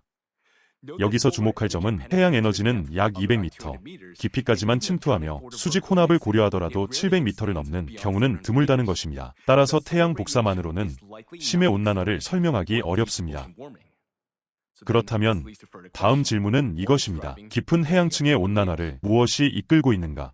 일반적으로 받아들여지는 가설은 해수면이 태양 복사와 대기에 의해 가열되고 전 지구적 해양 순환이 이 열을 더 깊은 곳으로 운반한다는 것입니다. 그러나 중국해양대학교의 최근 연구 결과는 이러한 설명에 의문을 제기했습니다. 이 연구에서 연구자들은 이른바 해양 내부 열파, 즉 표층 아래에서 발생하는 해양 열파를 확인했습니다. 그중 약 3분의 1은 표면에 아무런 징후를 보이지 않았습니다. 또 다른 절반은 발달 과정의 특정 단계에서만 표면에 나타났고 다른 단계에서는 표층 아래의 해양층에만 머물러 있었습니다. 만약 대기 가열이 유일한 원인이라면 열 이상 현상은 먼저 표면에서 나타난 뒤 아래로 전달되어야 합니다. 그러나 관측 결과는 일부 열 이상 현상이 표면 온난화와 독립적으로 발생한다는 점을 보여줍니다. 따라서 이러한 결과는 대기 강제력만으로는 관측된 역학을 충분히 설명하지 못할 수 있으며 아래쪽에서 공급되는 추가적인 에너지도 고려해야 함을 시사합니다. 그 잠재적 원천 중 하나가 지열입니다. 즉, 해저 아래 지구 깊은 곳에서 기원하는 열입니다. 이 에너지원은 오랫동안 과소평가되어 왔습니다. 그러나 많은 과학자들은 지열이 해양 역학과 열 균형에 상당한 영향을 미칠 수 있다고 지적합니다. 지구 내부에서 나오는 지열 연류는 흔히 비교적 일정한 것으로 여겨지지만 심부에서의 지각 활동과 마그마 활동, 강화와 같은 과정으로 인해 시간에 따라 변할 수 있습니다. 지진 활동과 해양 온도 이상 현상 사이의 잠재적 연관성은 현재도 과학적으로 조사되고 있는 분야입니다. 많은 경험적 연구들은 이 둘 사이에 복잡한 관계가 있음을 보여줍니다. 예를 들어 2010년 러시아 과학 아카데미 지구물리학 연구소의 과학자들은 한 연구를 발표했습니다. 이 연구는 열대 태평양에서의 지진 활동과 엘니뇨 현상을 포함한 기후 변동성 사이에 통계적으로 유의미한 연관성이 있음을 보고했습니다. 30년이 넘는 관측 자료를 바탕으로 저자들은 엘니뇨 현상이 지진 활동의 변화 이후 체계적으로 나타나며 평균적으로 약 1년 반의 지연 시간이 있다는 사실을 확인했습니다. 장기 추세에서도 비슷한 패턴이 관찰되었습니다. 관측 기간 동안 해수면 온도는 약 0.1도 상승했으며 태평양에서 방출된 지진 활동 에너지는 2배로 증가했습니다. 서던 메릴랜드 대학의 아서 비테리토 교수도 비슷한 결론에 도달했습니다. 그는 규모 4에서 6 사이의 해저, 지진과 전 지구 대기 온도 사이의 관계를 분석했습니다. 그의 계산에 따르면 1995년 이후 중앙해령을 따라 발생하는 해저, 지진의 수가 증가했습니다. 중앙해령은 약 6만 킬로미터 길이의 전 지구적 시스템을 형성하며 이곳에서는 새로운 해양 지각이 활발하게 만들어지고 있습니다. 비테리토 교수는 이 지역의 지진 활동이 전 지구 대기 온도 상승과 상관관계를 보인다고 보고했으며 상관계수는 0.7이었습니다. 또한 온도 상승은 지진 활동 증가 이후 평균 약 2년의 지연을 두고 나타나는 경향이 있었습니다. 그의 가설에 따르면 중앙해령을 따라 강화된 지진 및 화산 활동은 해양으로 방출되는 열수 열방출을 증가시키며 이는 해양 온난화에 기여하고 이후 대기 온도 상승으로 이어질 수 있습니다. 지각성 지진 활동에 더해 해저 화산 활동도 해양 연료에 기여할 수 있습니다. 현재 추정에 따르면 지구 화산 분출의 약 75%는 바다 아래에서 발생합니다. 해저 화산 활동의 역학은 본질적으로 평가하기 어렵고 아직 충분히 연구되지 않았지만 관측 기록은 전 세계 여러 시스템에서 활동이 증가하고 있음을 시사합니다. 스미스소니언 협회가 정리한 자료에 따르면 연간 기록된 분화 일수가 증가하고 있으며 분출된 용암은 종종 높은 온도와 심부멘틀 기원과 관련된 화학 조성 등 특이한 특징을 보입니다. 이 슬라이드는 지난 15년 동안 여러 연구에서 이러한 비정상적 특징이 확인된 화산 시스템들을 보여줍니다. 유럽도 이러한 변화에서 외회가 아닙니다. 예를 들어 베수비오 관측소는 이탈리아 나폴리의 캠피 플레그레이 칼데라가 활동 증가 단계에 들어섰으며 최근 에너지 방출량이 1980년대 위기 당시 기록된 수준을 넘어섰다고 보고했습니다. 그리스에서는 산토리니 콜롬보 화산 시스템이 신부 마그마 이동과 관련된 지진 군발을 동반하며 다시 활동성을 보였습니다. 독일에서는 약 1만 2천년 동안 휴면 상태였던 라어제 화산도 지진성 불안정을 보였습니다. 지구 내부에서 해양 시스템으로 유입되는 연료의 증가가 관측되고 있는 지진 및 화산 활동의 강화와 관련되어 있을 가능성을 고려하는 것이 중요합니다. 이러한 맥락에서 신부의 지구역학적 과정은 해양 온도, 그리고 간접적으로는 대기 온도에 영향을 미치는 추가 요인일 수 있습니다. 지구역학적 활동의 강화 단계 자체만으로도 심각한 의미를 지니지만 오늘날 이러한 강화는 미세 플라스틱과 나노 플라스틱 오염 부담의 증가와 이는 지구적 취약성을 더욱 증폭시킬 수 있습니다. 이러한 힘들이 동시에 작용하면 위험은 복합적으로 커지고 경제적, 사회적 안정성에도 추가적인 압력을 가할 수 있습니다. 주요 과학기관과 글로벌 위험평가기관들은 재난 패턴에 구조적 변화가 나타나고 있다고 보고합니다. 발생 빈도와 강도가 모두 증가하고 있다는 것입니다. 이러한 변화를 이해하기 위해 선형성장과 지수성장이라는 기본적인 수학 개념을 살펴보겠습니다. 선형성장은 일정하고 예측 가능한 방식으로 증가합니다. 반면 지수 성장은 가속됩니다. 증가 속도 자체가 시간이 지나면서 더 빨라지고 선형 예측을 앞질러 갑니다. 오늘날 폭풍, 홍수, 산불을 포함한 자연재해는 점점 더 지수 성장과 일치하는 패턴을 보이고 있습니다. 세계 기상기구, 주요 보험사, 그리고 선도적인 연구기관들은 재난 발생 빈도와 경제적 손실 양쪽에서 이러한 가속화를 기록해왔습니다. 유럽에서도 보고된 자연재해 전체 건수뿐 아니라 폭우, 우박, 토네이도 역시 비슷한 패턴을 보이고 있습니다. 이러한 지수적 패턴은 위협을 평가하고 대응을 계획하는 대다른 틀을 요구합니다. 선형 가정에 기반한 전통적인 위험 모델은 더 이상 충분하지 않을 수 있습니다. 강화되는 지구역학적 활동, 미세 플라스틱과 나노 플라스틱 오염, 그리고 증가하는 자연재해 사이의 복합적인 상호작용은 경제적, 사회적 안정성에 점점 더 큰 도전이 되고 있습니다. 이러한 수렴 현상에 대응하려면 위험평가와 대비체계를 새롭게 갱신해야 합니다.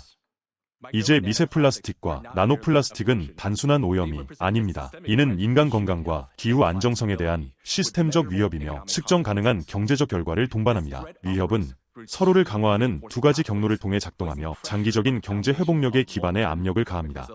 2023년 이후의 보건의료 지출은 1조 7천억 유로에 달했으며 이는 GDP의 약 10%에 해당합니다.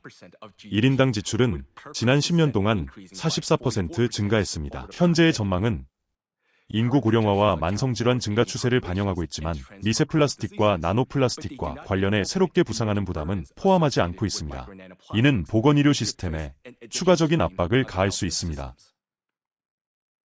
동시에 재난 관련 손실도 확대되고 있습니다. 2009년부터 2024년 사이 평균 연간 손실은 54% 증가했으며 독일, 프랑스, 이탈리아, 스페인이 가장 큰 영향을 받은 국가들에 포함됩니다.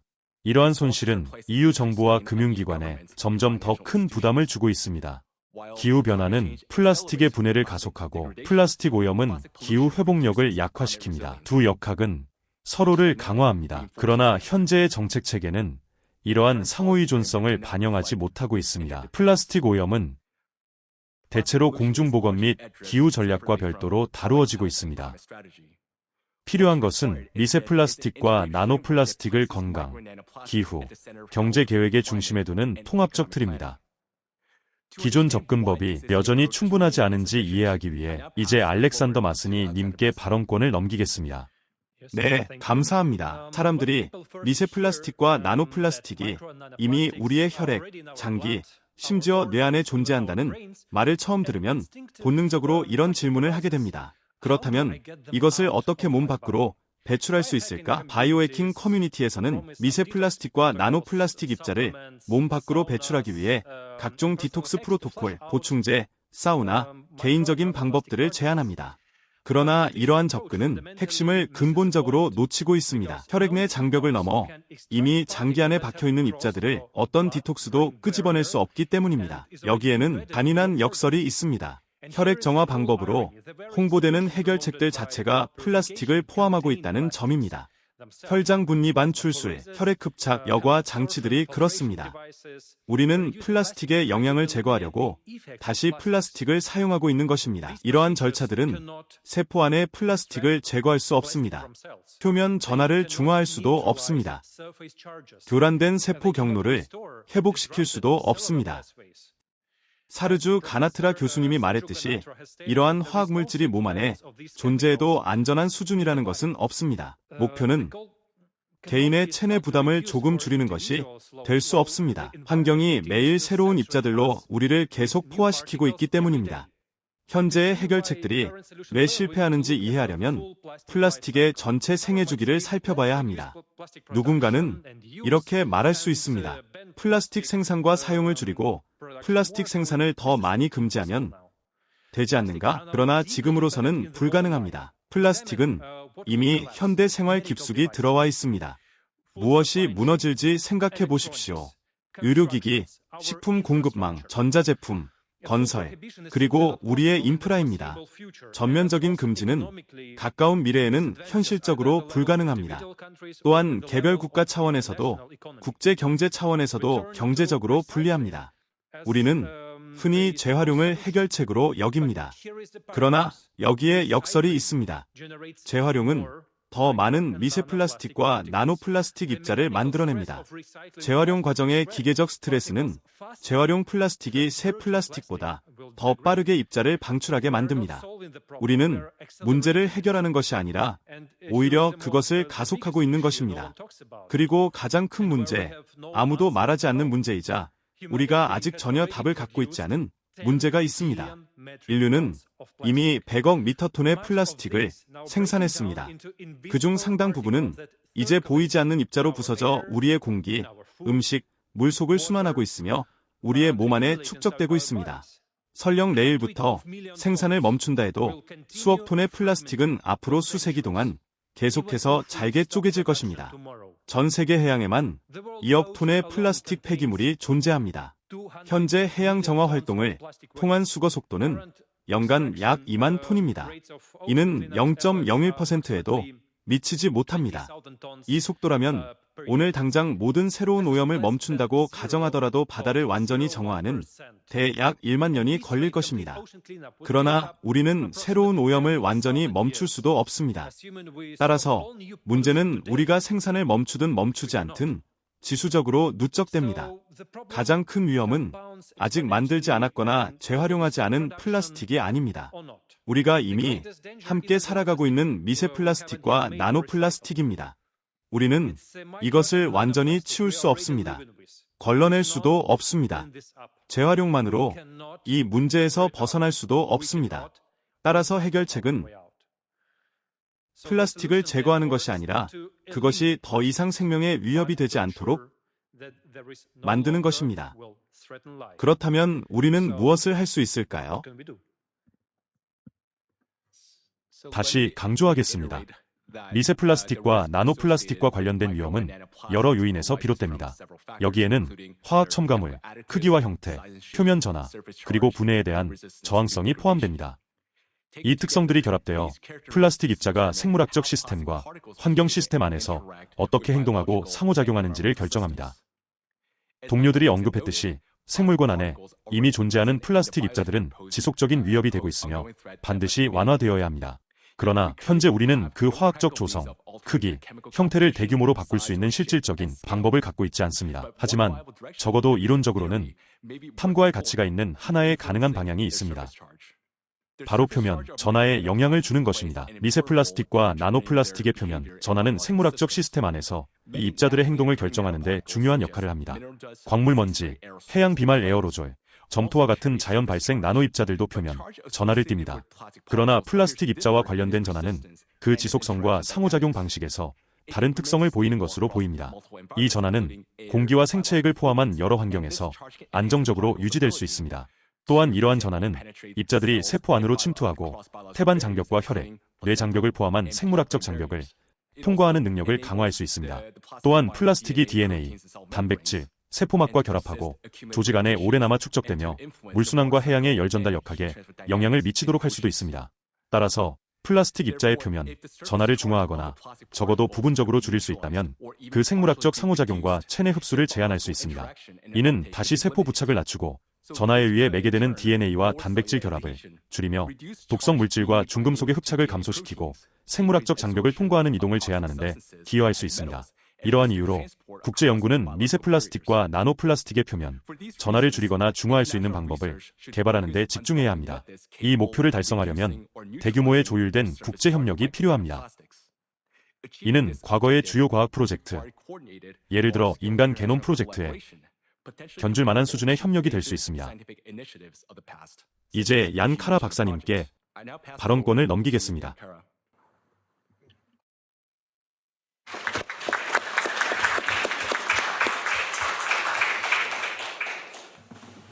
감사합니다. 존경하는 기빈 여러분, 존경하는 동료 여러분, 그리고 유럽의회 의원 여러분. 방금 여러분께서는 나노플라스틱이 생태계, 인간 건강, 그리고 기후에 어떤 문제를 일으키는지 들으셨습니다. 이제 핵심 질문으로 넘어가겠습니다. 우리는 다음에 무엇을 해야 할까요? 지금 당장 어떤 조치를 취할 수 있을까요? 첫째, 우리는 10마이크론 미만의 플라스틱 입자를 모니터링하기 위한 통일된 유럽 기준을 갖고 있지 않습니다. 각 연구 그룹은 저마다의 방법과 분류 기준을 사용하고 있습니다. 따라서 서로 다른 연구와 서로 다른 국가에서 나온 데이터를 비교할 수 없습니다. 유럽 전역에서 나노플라스틱이 어떻게 분포하고 있는지에 대한 종합적인 그림을 만들 수도 없습니다. 각 나라가 온도를 서로 다른 척도로 측정한다고 상상해 보십시오. 우리는 반드시 이러한 기준을 마련해야 합니다. 다음으로 건강 영양 연구를 위한 표준화된 프로토콜도 부족합니다. 나노플라스틱이 인체에 미치는 영향을 평가하기 위한 통일된 방법론이 없습니다. 어떤 과학자들은 간에 미치는 영향을 연구하고 다른 과학자들은 폐를 연구하며 또 다른 연구자들은 뇌를 연구합니다. 하지만 모두 서로 다른 접근법을 사용하고 있습니다. 통일된 프로토콜이 없다면 근거 있는 결정을 내리는데 필요한 신뢰할 수 있고 재현 가능한 결과를 얻을 수 없습니다. 셋째, 나노플라스틱의 영향을 모든 측면에서 평가하고 비교하는 종합 연구가 부족합니다. 이와 관련해 저는 지난해 발표된 허라이전 유로프 연구 주제를 언급하고 싶습니다. 이 주제는 미세 플라스틱과 나노플라스틱이 인간 건강에 미치는 영향에 대한 지식을 발전시키는 것을 목표로 하고 있으며 이러한 방향으로 나아가는 좋은 진전이라고 생각합니다. 넷째, 기후 연구에 나노플라스틱을 포함하도록 요구하는 기준도 없습니다. 과학적 기후 모델은 아직 이 요인을 반영하지 않고 있습니다. 우리는 이산화탄소, 메탄, 에어로졸의 영향을 연구하지만 기후 과정에 상당한 영향을 미칠 수 있는 나노플라스틱은 완전히 무시하고 있습니다. 이는 우리의 과학적 방법론에서 심각한 공백입니다. 따라서 우리는 기후 모델이 나노플라스틱 오염을 제대로 반영할 수 있도록 조정할 필요가 있다고 봅니다. 미세플라스틱과 나노플라스틱 오염 문제에 대한 대중의 인식을 높이는 것도 중요합니다. 미세플라스틱과 나노플라스틱이 건강에 미치는 영향에 관한 연구들은 소셜미디어에서도 점점 더 많이 논의되고 있습니다. 2020년 유로바로미터 조사에 따르면 유럽인의 94%는 자연환경 보호가 중요하다고 답했으며 88%는 미세플라스틱의 영향에 대해 우려하고 있다고 답했습니다. 지중해의 미세플라스틱 오염 수준이 전 세계 평균보다 7배 높다는 점을 고려할 때 선제적으로 행동하는 것이 중요합니다. 마지막으로 나노플라스틱 오염은 전 지구적 문제이며 유럽만으로는 해결할 수 없다는 점을 강조하고 싶습니다.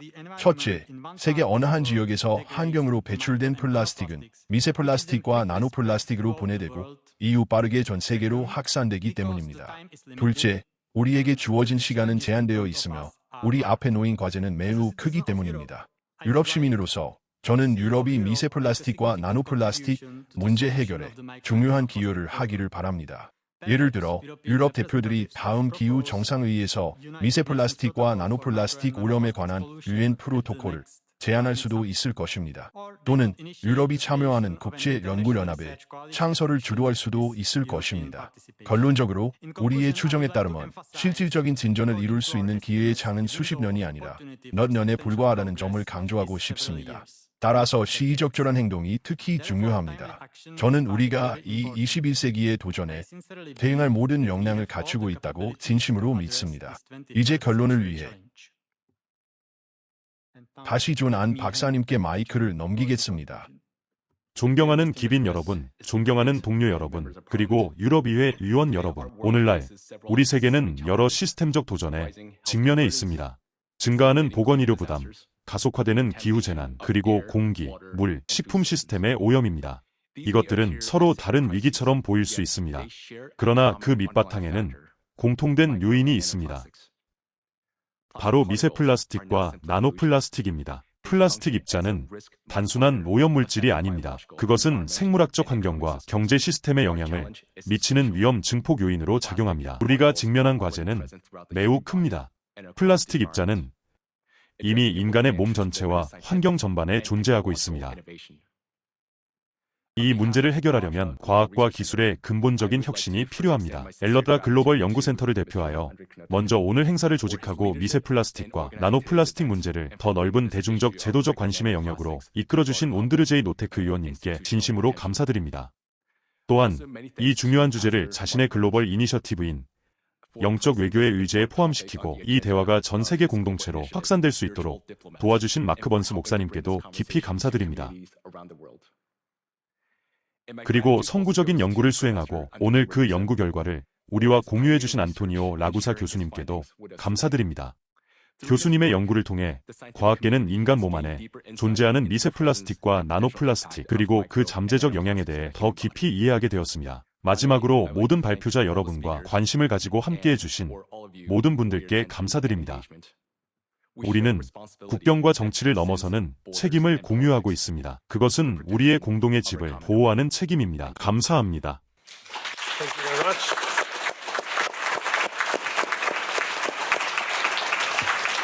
대단히 감사합니다. 전문적인 발표와 기여를 해주신 모든 분들께 깊이 감사드립니다. 이제 청중 여러분의 질문을 받을 시간입니다. 혹시 존경하는 발표자분들과 기빈 여러분께 질문이나 의견이 있으신 분이 계신지 살펴보겠습니다. 라구사 교수님께 질문드리고 싶습니다. 교수님께서는 태반 속 나노플라스틱의 양이 수십 년에 걸쳐 증가해 왔다고 말씀하셨습니다. 이와 관련된 데이터가 있으신가요? 네. 태반 안의 미세플라스틱과 나노플라스틱 양이 해마다 점진적으로 증가해 왔음을 보여주는 국제 연구가 적어도 3건 있습니다. 특히 지난 10년 동안 그 증가가 더욱 뚜렷하게 나타났습니다. 그 이유는 우리가 생산하는 플라스틱의 양과 관련이 있습니다. 이해를 돕기 위해 말씀드리면 생산된 모든 플라스틱의 90%는 결국 환경으로 들어갑니다. 어떤 나라들은 다른 나라들보다 더 책임 있게 행동합니다. 예를 들어 이탈리아는 플라스틱의 12%를 재활용하기 때문에 매우 책임감 있는 편입니다. 하지만 동남아시아의 일부 국가들처럼 거의 아무것도 재활용하지 않는 나라들도 있습니다. 따라서 생산된 플라스틱은 결국 모두 환경으로 들어가게 됩니다. 그리고 앞서 보여드렸듯이 예부 환경, 즉 바다와 해양은 우리의 내부 생물학적 환경, 특히 태반과 양수와 밀접하게 연결되어 있습니다. 우리는 계속해서 플라스틱을 환경에 버리고 있고 그 양은 해마다 증가하고 있습니다. 그렇기 때문에 과학적으로도 실제적으로도 우리 아이들과 태아 안에 존재하는 플라스틱의 양이 출생 전부터 꾸준히 그리고 멈추지 않고 증가하고 있다는 것은 분명합니다. 감사합니다. 라구사 교수님, 답변 감사드립니다. 혹시 다른 질문이 있으신가요? 저쪽에 계신 분 말씀해 주십시오. 안녕하십니까. 오늘 저녁 이처럼 중요한 나노 플라스틱 주제를 다루는 훌륭한 패널을 마련해 주셔서 대단히 감사합니다.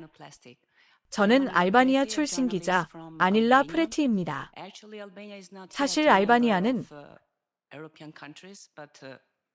아직 유럽연합 회원국은 아니지만 지리적으로는 유럽에 속해 있습니다.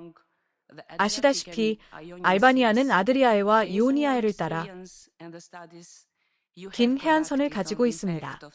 나노플라스틱의 영향과 플라스틱 폐기물 관리에 관한 여러분의 경험과 연구를 바탕으로 알바니아와 같은 작은 나라가 자국 해역의 위험을 효과적으로 모니터링하고 관리하기 위해 취해야 할 최소한의 조치는 무엇이라고 보십니까? 또 하나의 질문은 현재 우리나라에 존재하는 규제 공백을 고려할 때 이러한 조치를 어떻게 효과적인 국내 법제에 통합할 수 있을까요? 감사합니다. 이 질문에 답변하고 싶으신 분 계신가요? 제가 몇 가지 말씀드리겠습니다. 알바니아처럼 아드리아해와 이오니아해 사이에 위치한 작은 나라의 경우 그 지리적 위치는 매우 독특합니다. 그리고 미세 플라스틱과 나노 플라스틱 문제는 특히 더 심각하게 다가올 수 있습니다.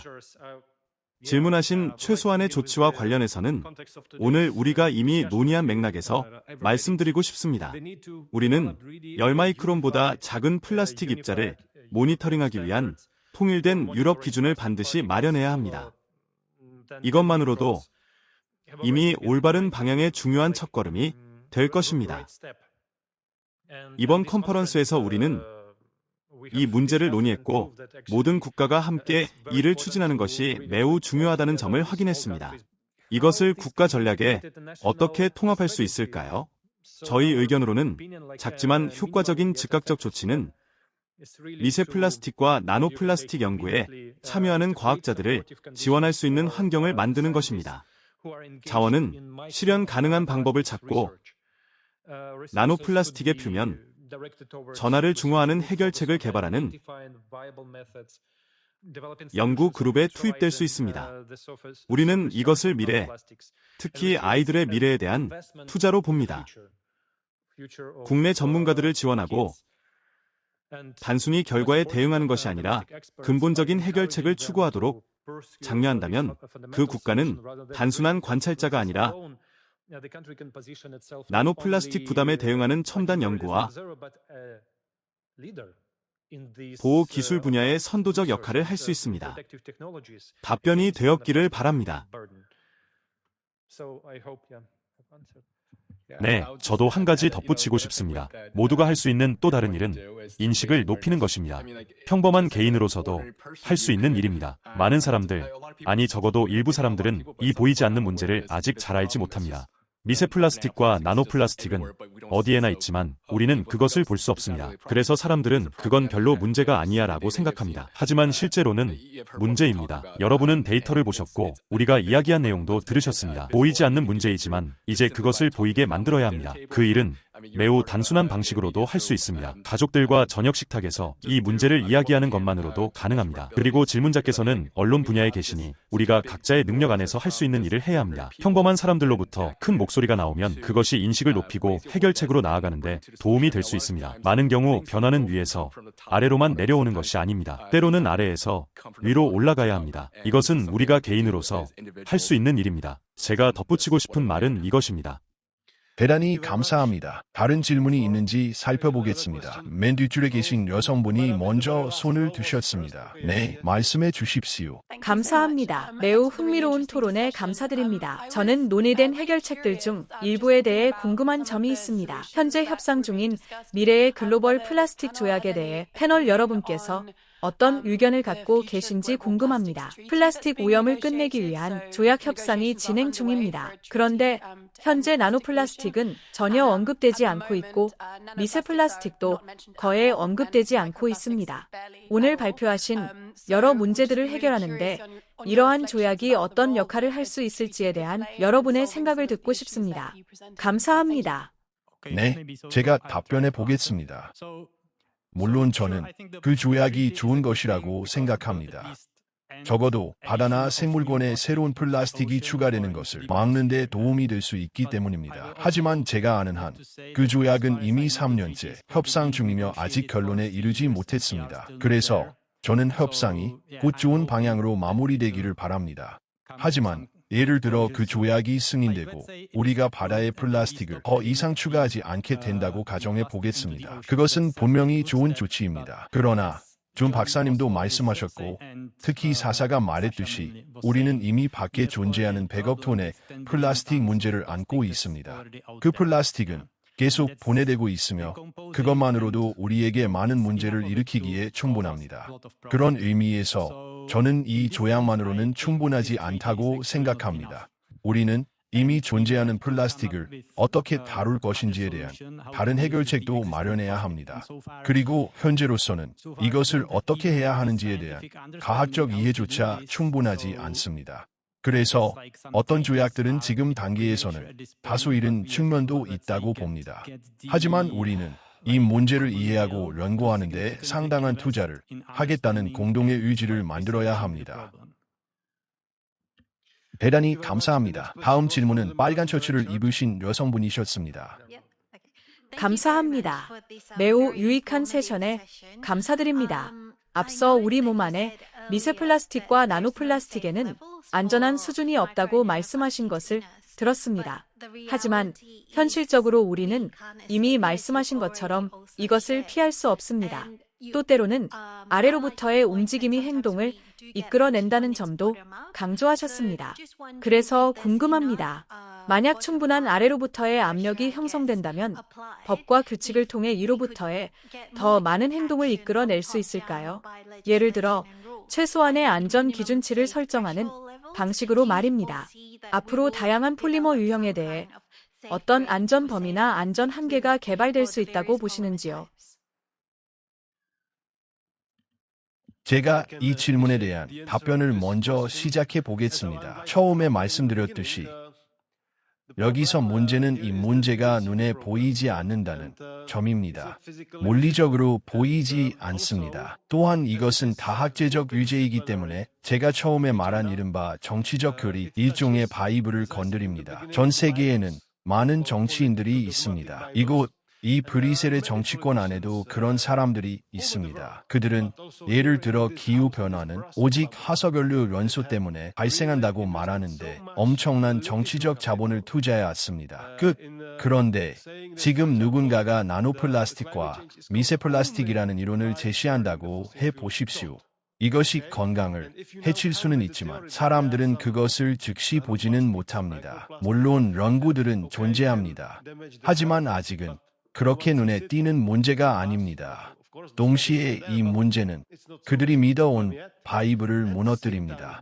그래서 그들은 저항하려고 합니다. 기본적으로 그것은 최소한 지난 10년 또는 20년 동안 자신들이 유권자들에게 전체 진실을 말하지 않았다는 뜻이 되기 때문입니다. 그리고 보통 그런 진보 진영 사람들은 자신들의 유권자를 유지하려고만 하고 변화를 인정하지 못합니다. 저는 기업 비즈니스 출신입니다. 회사에 전략이 있었고 시간이 지나 그 전략의 개선이 필요하다는 것이 드러나면 우리는 그것을 수정했습니다. 하지만 일부 정치 세력이나 정당의 경우 한 방향으로 가다가 그것을 바꿔야 한다면 그것을 손실로 받아들입니다. 그것을 기회로 바꾸는 대신 그들은 그 변화를 두려워합니다. 그래서 제 생각에는 정치권 전반을 설득하기 위해 아래에서 위로 올라가는 압력이 훨씬 더 커져야 합니다. 유럽연합에서는 안타깝게도 다수제 시스템이 아닙니다. 5개, 6개, 7개, 8개의 정치그룹이 있고 그 사이에서 다수를 찾아야 합니다. 대서양 건너편에서는 때로는 조금 더 쉬울 수도 있습니다. 번스 목사님, 기본적으로 두 정당이 있고 그들이 그대로 집권하니까요. 따라서 대중이 이 주제에 대해 더 큰 목소리를 내는 것이 매우 중요합니다. 이것이 제 답변입니다. 감사합니다. 네, 제가 안전 기준치에 관한 질문에 답변드리겠습니다. 여기서 먼저 이해해야 할 중요한 점이 있습니다. 플라스틱의 경우 문제는 급성 노출에만 있는 것이 아닙니다. 현재 우리가 들이마시는 플라스틱의 양 자체는 그렇게 크지 않을 수 있습니다. 문제는 플라스틱이 시간이 지나면서 몸 안에 축적된다는 것입니다. 바로 이것이 안전 수준을 정하기 어려운 이유입니다. 농도가 낮더라도 사실상 매번 숨을 쉴 때마다 노출되기 때문에 시간이 흐르면 축적됩니다. 그리고 결국 문제를 일으키기 시작합니다. 이것이 안전 수준을 정의할 때의 핵심 문제입니다. 물론 현재 시점에서 평생 동안의 축적을 고려하더라도 무시할 만하다고 말할 수 있을 정도로 매우 낮은 수준을 설정할 수도 있을 것입니다. 하지만 저는 이에 대한 데이터가 있는 것은 아니지만 그런 수준은 너무 낮아서 현실적으로 도달하는 것 자체가 거의 불가능할 것이라고 생각합니다. 따라서 현재의 과학적 지식에 비추어 볼 때 저는 안전한 수준이 존재한다고 보지 않습니다. 이렇게 말씀드리게 되어 유감이지만 현재까지 우리가 알고 있는 것은 그렇습니다. 네, 교수님, 말씀해 주십시오. 좋은 질문은 이것입니다. 플라스틱이 우리에게 그렇게 위험하다면 왜 우리는 이렇게 오래 살고 있고 왜 우리 아버지 세대보다 더 오래 사는가? 왜 그럴까요? 플라스틱은 여러분을 죽이지 않고 우리를 죽이지 않기 때문입니다. 플라스틱은 죽이지 않습니다. 플라스틱은 우리가 오래 살게는 하지만 많은 질병을 안고 살게 합니다. 매우 많은 질병을 안고 살게 합니다. 플라스틱은 우리가 가진 질병의 수를 늘릴 수 있습니다. 그것은 우리가 아기일 때, 유아일 때도 마찬가지입니다. 오늘날 유아들은 많은 질병을 가지고 있습니다. 오래전에는 그렇지 않았습니다. 따라서 이 질문에 대한 답은 이것입니다. 플라스틱은 죽이지 않습니다. 플라스틱은 여러분에게 질병을 일으킵니다. 죽이지는 않습니다. 감사합니다. 대단히 감사합니다. 이제 마지막 질문을 받을 시간이 있는 것 같습니다. 보이는군요. 저쪽에 계신 여성분, 네, 말씀해 주십시오. 아주 짧은 질문입니다. 저는 심리학자입니다.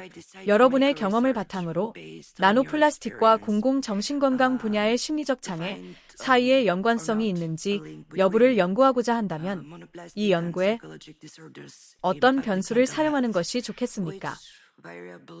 저는 알바니아에서 왔습니다. 그곳에서는 이러한 필요가 매우 큽니다. 그래서 이 기회를 통해 좋은 답변을 듣고 싶었습니다. 제가 앞서 언급한 보고서, 즉 이번 컨퍼런스의 토대가 된 보고서를 꼭 살펴보시기를 강력히 권합니다. 이 보고서에는 수백 편이 넘는 동료 심사 논문과 그 분석이 포함되어 있습니다. 따라서 이 자료는 이 주제에 대한 본인의 연구를 시작하고 모든 출처를 따라가는데 실제로 도움이 될 것입니다. 기술팀에 요청드려도 될까요? 이 보고서를 화면에 띄워주시면 감사하겠습니다. 여러분께서 스크린샷을 찍으실 수 있도록요. 감사합니다. 마크 헌스 목사님, 마지막 1분 동안 마무리 발언을 해주시겠습니까? 먼저 나노플라스틱과 미세플라스틱 문제가 점점 더 중심 위주로 떠오르는 것을 보게 되어 매우 고무적입니다. 엘러트라, 마리나, 그리고 미국의 훌륭한 팀 덕분에 저는 이 거대하고 실제적인 문제를 알게 되었습니다. 그리고 엘러드라의 폭넓은 연구를 통해 나노플라스틱에 대해 매우 큰 경각심을 갖게 되었습니다. 오늘 이 패널에 함께한 훌륭하고 존경받는 과학자들을 보며 사람들이 이 문제를 해결하기 위해 노력하고 있다는 사실이 매우 고무적입니다. 하지만 한 작가가 말했듯이 같은 일을 반복하면서 다른 결과를 기대하는 것은 어리석은 일입니다. 그래서 저에게 이것은 제가 필요로 하는 강력한 근거입니다.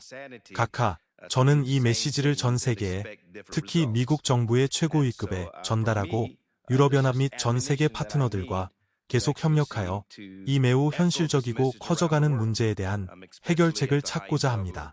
각하께서 이 자리를 마련해 주셔서 정말 감사합니다. 그리고 훌륭한 엘러드라 과학자들, 마리나, 훌륭한 팀, 그리고 전 세계에서 함께하고 계신 모든 분들께도 감사드립니다. 여러분은 과학자이고 기자이며 이 문제를 최우선 과제로 만들고 있는 분들입니다. 이것이 바로 영적 외교의 모습입니다.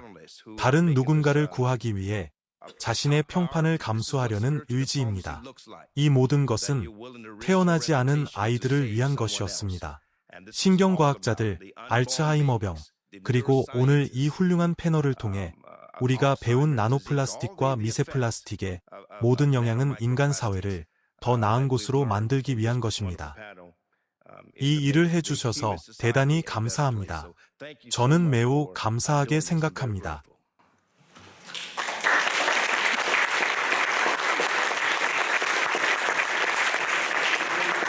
대단히 감사합니다. 저 역시 먼저 모든 전문 발표자들께 정말 귀중한 기여를 해주신 데에 감사드리고 싶습니다. 오늘 우리는 우리가 직면한 도전이 얼마나 복잡한지 모두 확인할 수 있었습니다. 이것은 전 지구적 도전입니다. 새로운 현상이며 새로운 요소입니다. 사실상 세계는 아직 이 문제를 위험 관리 안에서 생각하고 고려하는 데 익숙하지 않습니다. 물론 이 문제에는 전 지구적으로 조율된 행동이 필요합니다. 그리고 우리가 이 주제를 유럽의 무대 위로 끌어올릴 수 있었다는 점을 매우 기쁘게 생각합니다. 저는 우리가 같은 방향으로 계속 싸워 나갈 수 있을 것이라고 믿습니다. 다시 한번 참석해 주신 모든 분들, 도움을 주신 모든 분들, 그리고 발표자 여러분께 깊이 감사드립니다.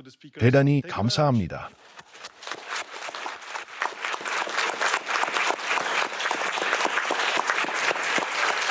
그리고 통역사 여러분께도 감사드립니다.